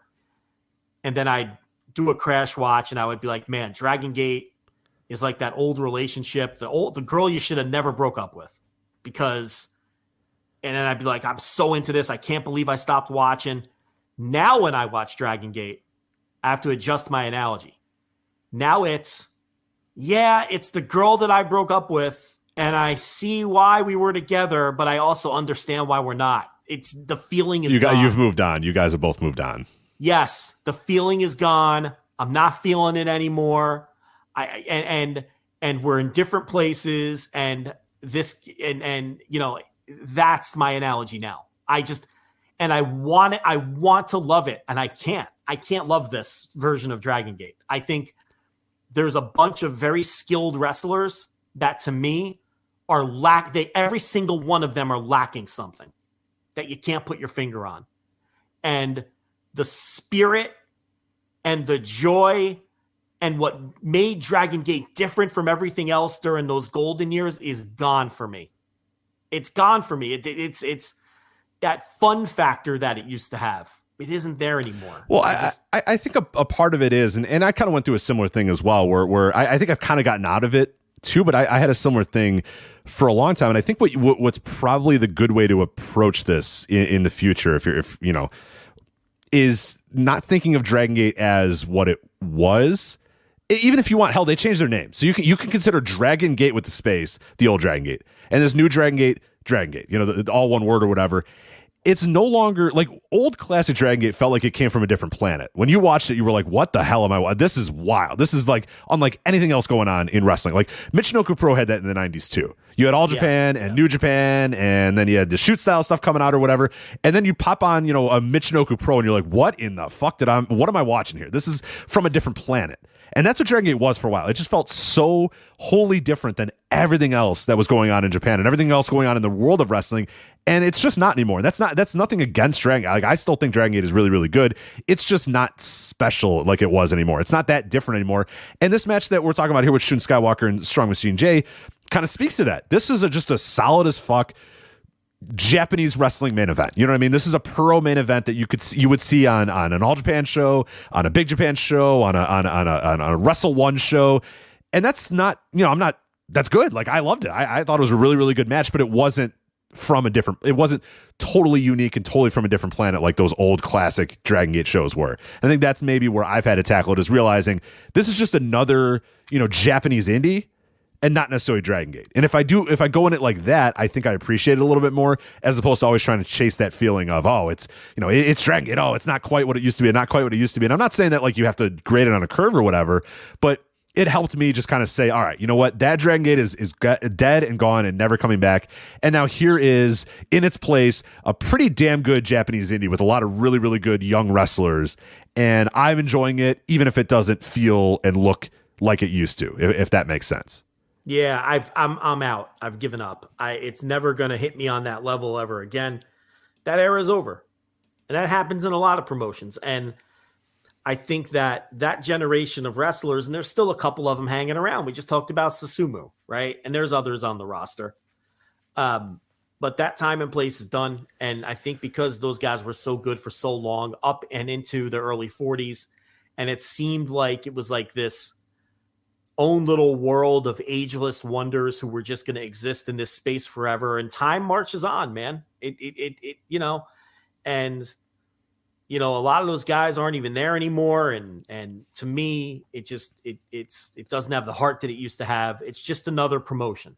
And there's a lot of good young wrestlers there, but you know, maybe that's maybe, you know, I don't want to say maybe we didn't appreciate how great it was in real time, because I think we did. You know, when Shima and Shingo and Tozawa and Yoshino and Doi and BB Hulk wasn't a shell of himself, although he's coming back a little bit. Yeah, he's been, this gold class thing has helped him out a lot. It has, you know, and just that era where everyone was, and then, you know, even, you know, some of the guys beneath that level, your Kajitoras and, and it's, that was a special place and time. And it maybe it's unfair to expect this current generation to be able to have that same crowd connection and that same heart that other group had, because maybe that was just a special time and place. And, you know, I got to stop coming on here and having this same kind of lamenting of what Dragongate isn't. Right. If we're gonna continue to watching Dragongate, and I still obviously want to, I just think you need to now just consider it another one of the indies. Consider it a different promotion, right? Consider it All Japan, just like All Japan's a different promotion. It's not fair to judge current Kento Miyahara based on Masai. It's not even literally. It's literally not the same company anymore. It's just the same company in name. That's kind of what you have to do with Dragongate too, for better, for worse. And there's obviously a little bit more connective tissue between, you know, old Dragongate and current Dragongate than there is for, you know, some other companies. But yeah, I think that's probably the healthy way to do it, is just consider them another Japanese indie. And when you do that, I think it does help you kind of say, all right, I'm not chasing that high. I'm not trying to meet that woman or whatever, like, you know, the old girlfriend or whatever. It's like, I moved on to other things. I moved on to other people. It's fine. And that's okay. You can still enjoy it, but not necessarily have to chase that high. That's just, you're never going to get that high again. It's just not. You're just not going to get it again. Yeah, maybe it's better that it has a different logo and a different name, and because to me it's very different. And it is what it is. So I either have to take your approach and just enjoy it for what it is, or just fucking move on. And the matches are, like I said, I just watched a bunch of really good matches, so it's not like. They got a lot of talent on there. And they do. There was times where I would tell you, you know what, you're probably fine just ditching them. But I think they're coming together with a pretty good amount of talent these days. And I wouldn't bet against all of these guys. You know what I mean? There's just too many guys here. But I get it. I'm with you that these guys don't hit me on the same level. Like Shun Skywalker, who I love, does not hit me on the same level. Yoka Yoshioka, who I like, doesn't hit me on. He's not like he doesn't. He's just dull. Yeah, Kakuta is good, but obviously he's kind of gimmicky with the big butt and all that sort of stuff or whatever. Big R, I know that you're not a big R. I think Ben K, if they ever did kind of get back with Ben K, I think he does stand out. But repackage, I think he's showing a lot of personality for the first time really in a long time. They have really excellent wrestlers. This is the best way I could describe Dragongate. They are the promotion right now that has like the highest number of quality matches that I just have the least amount of interest in. Yeah. And that's fair. I cannot get into this roster. And it just ain't gonna happen. So I'm done trying to make it happen. I'm going to watch the hype stuff, and I'm going to stop watching it through the lens of why isn't this working for me like it works for other people? Yeah. Mm-hmm. It just doesn't. And at some point, you just have to accept that. Yeah, that's fine. And that's, I think that's a healthy way to go about it. It feels like I'm going through a breakup. Like I'm talking myself. Well, like everyone listening to this has had this conversation. Right. Everybody wants to pat you on the back and just say, it's okay. It's all right, Joe. Yeah. Like you've had this conversation in a breakup. Like, it's just, you have to admit it doesn't feel the same anymore. Like we've all said this. And I'm talking about a wrestling promotion. But it meant a lot to you. No, this wrestling promotion meant a lot to you. So it did mean a lot to me, and then it's over. It's fucking over, and I'm coming to grips with the fact that it's over, and I gotta let it go. It's sad in a way. It is. But I could go watch the old tapes. I mean, that'll make it worse. No, don't do that. No, don't do that. That's bad. Yeah, definitely leave the memories alone. Sometimes the memories alone. You can go back and watch some of them, but Listen. I think it's best if you don't text me.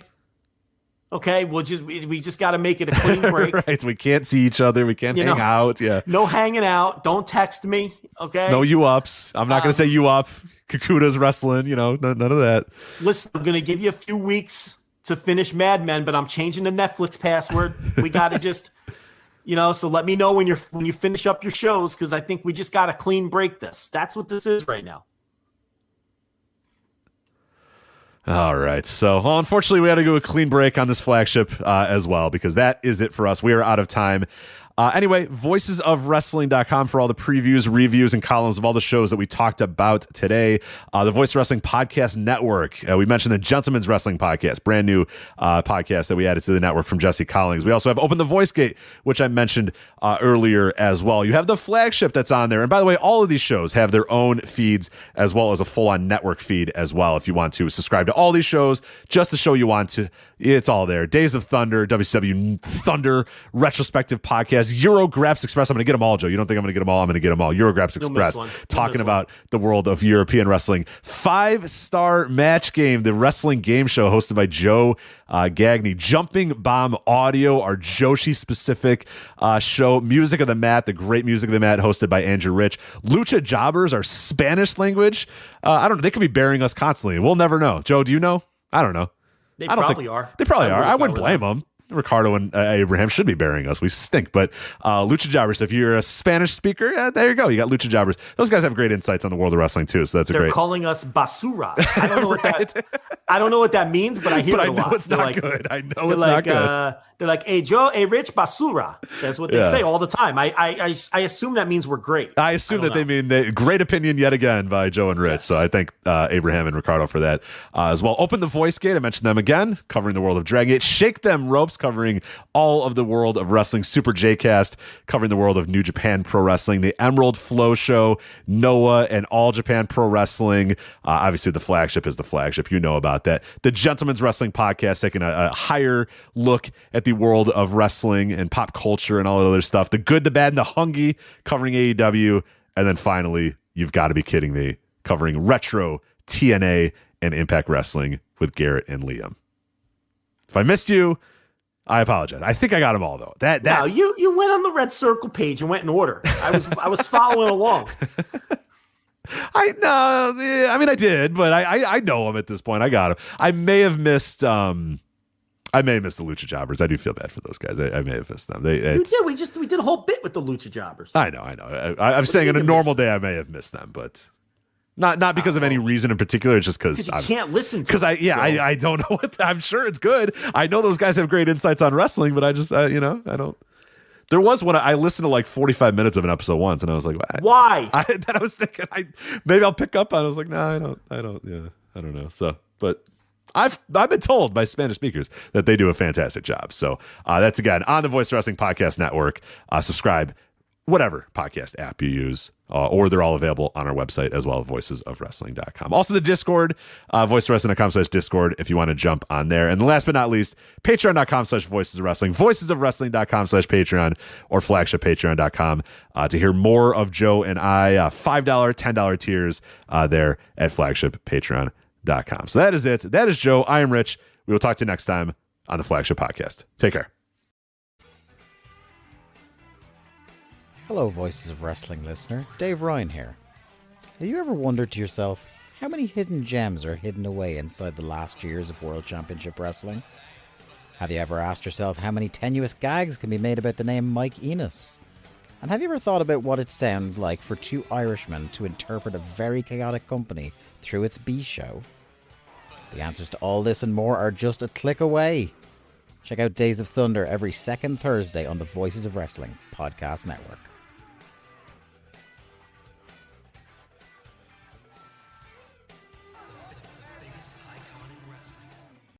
Hola, my name is Ricardo. I am the host of the Lucha Jobbers podcast here in the Voices of Wrestling Podcast Network. We are a Spanish-speaking show dedicated to discussing and analyzing pro wrestling from all across the world. From AEW to CMLL, we talk about American wrestling, Japanese wrestling, and of course, Lucha Libre. If something big happened in the pro wrestling world, we will talk about it. So if you know Spanish or have a friend that knows Spanish or want to practice your Lucha Libre pronunciations, go listen to the Lucha Jobbers podcast right here in the Voices of Wrestling Podcast Network. Nos vemos por ahí.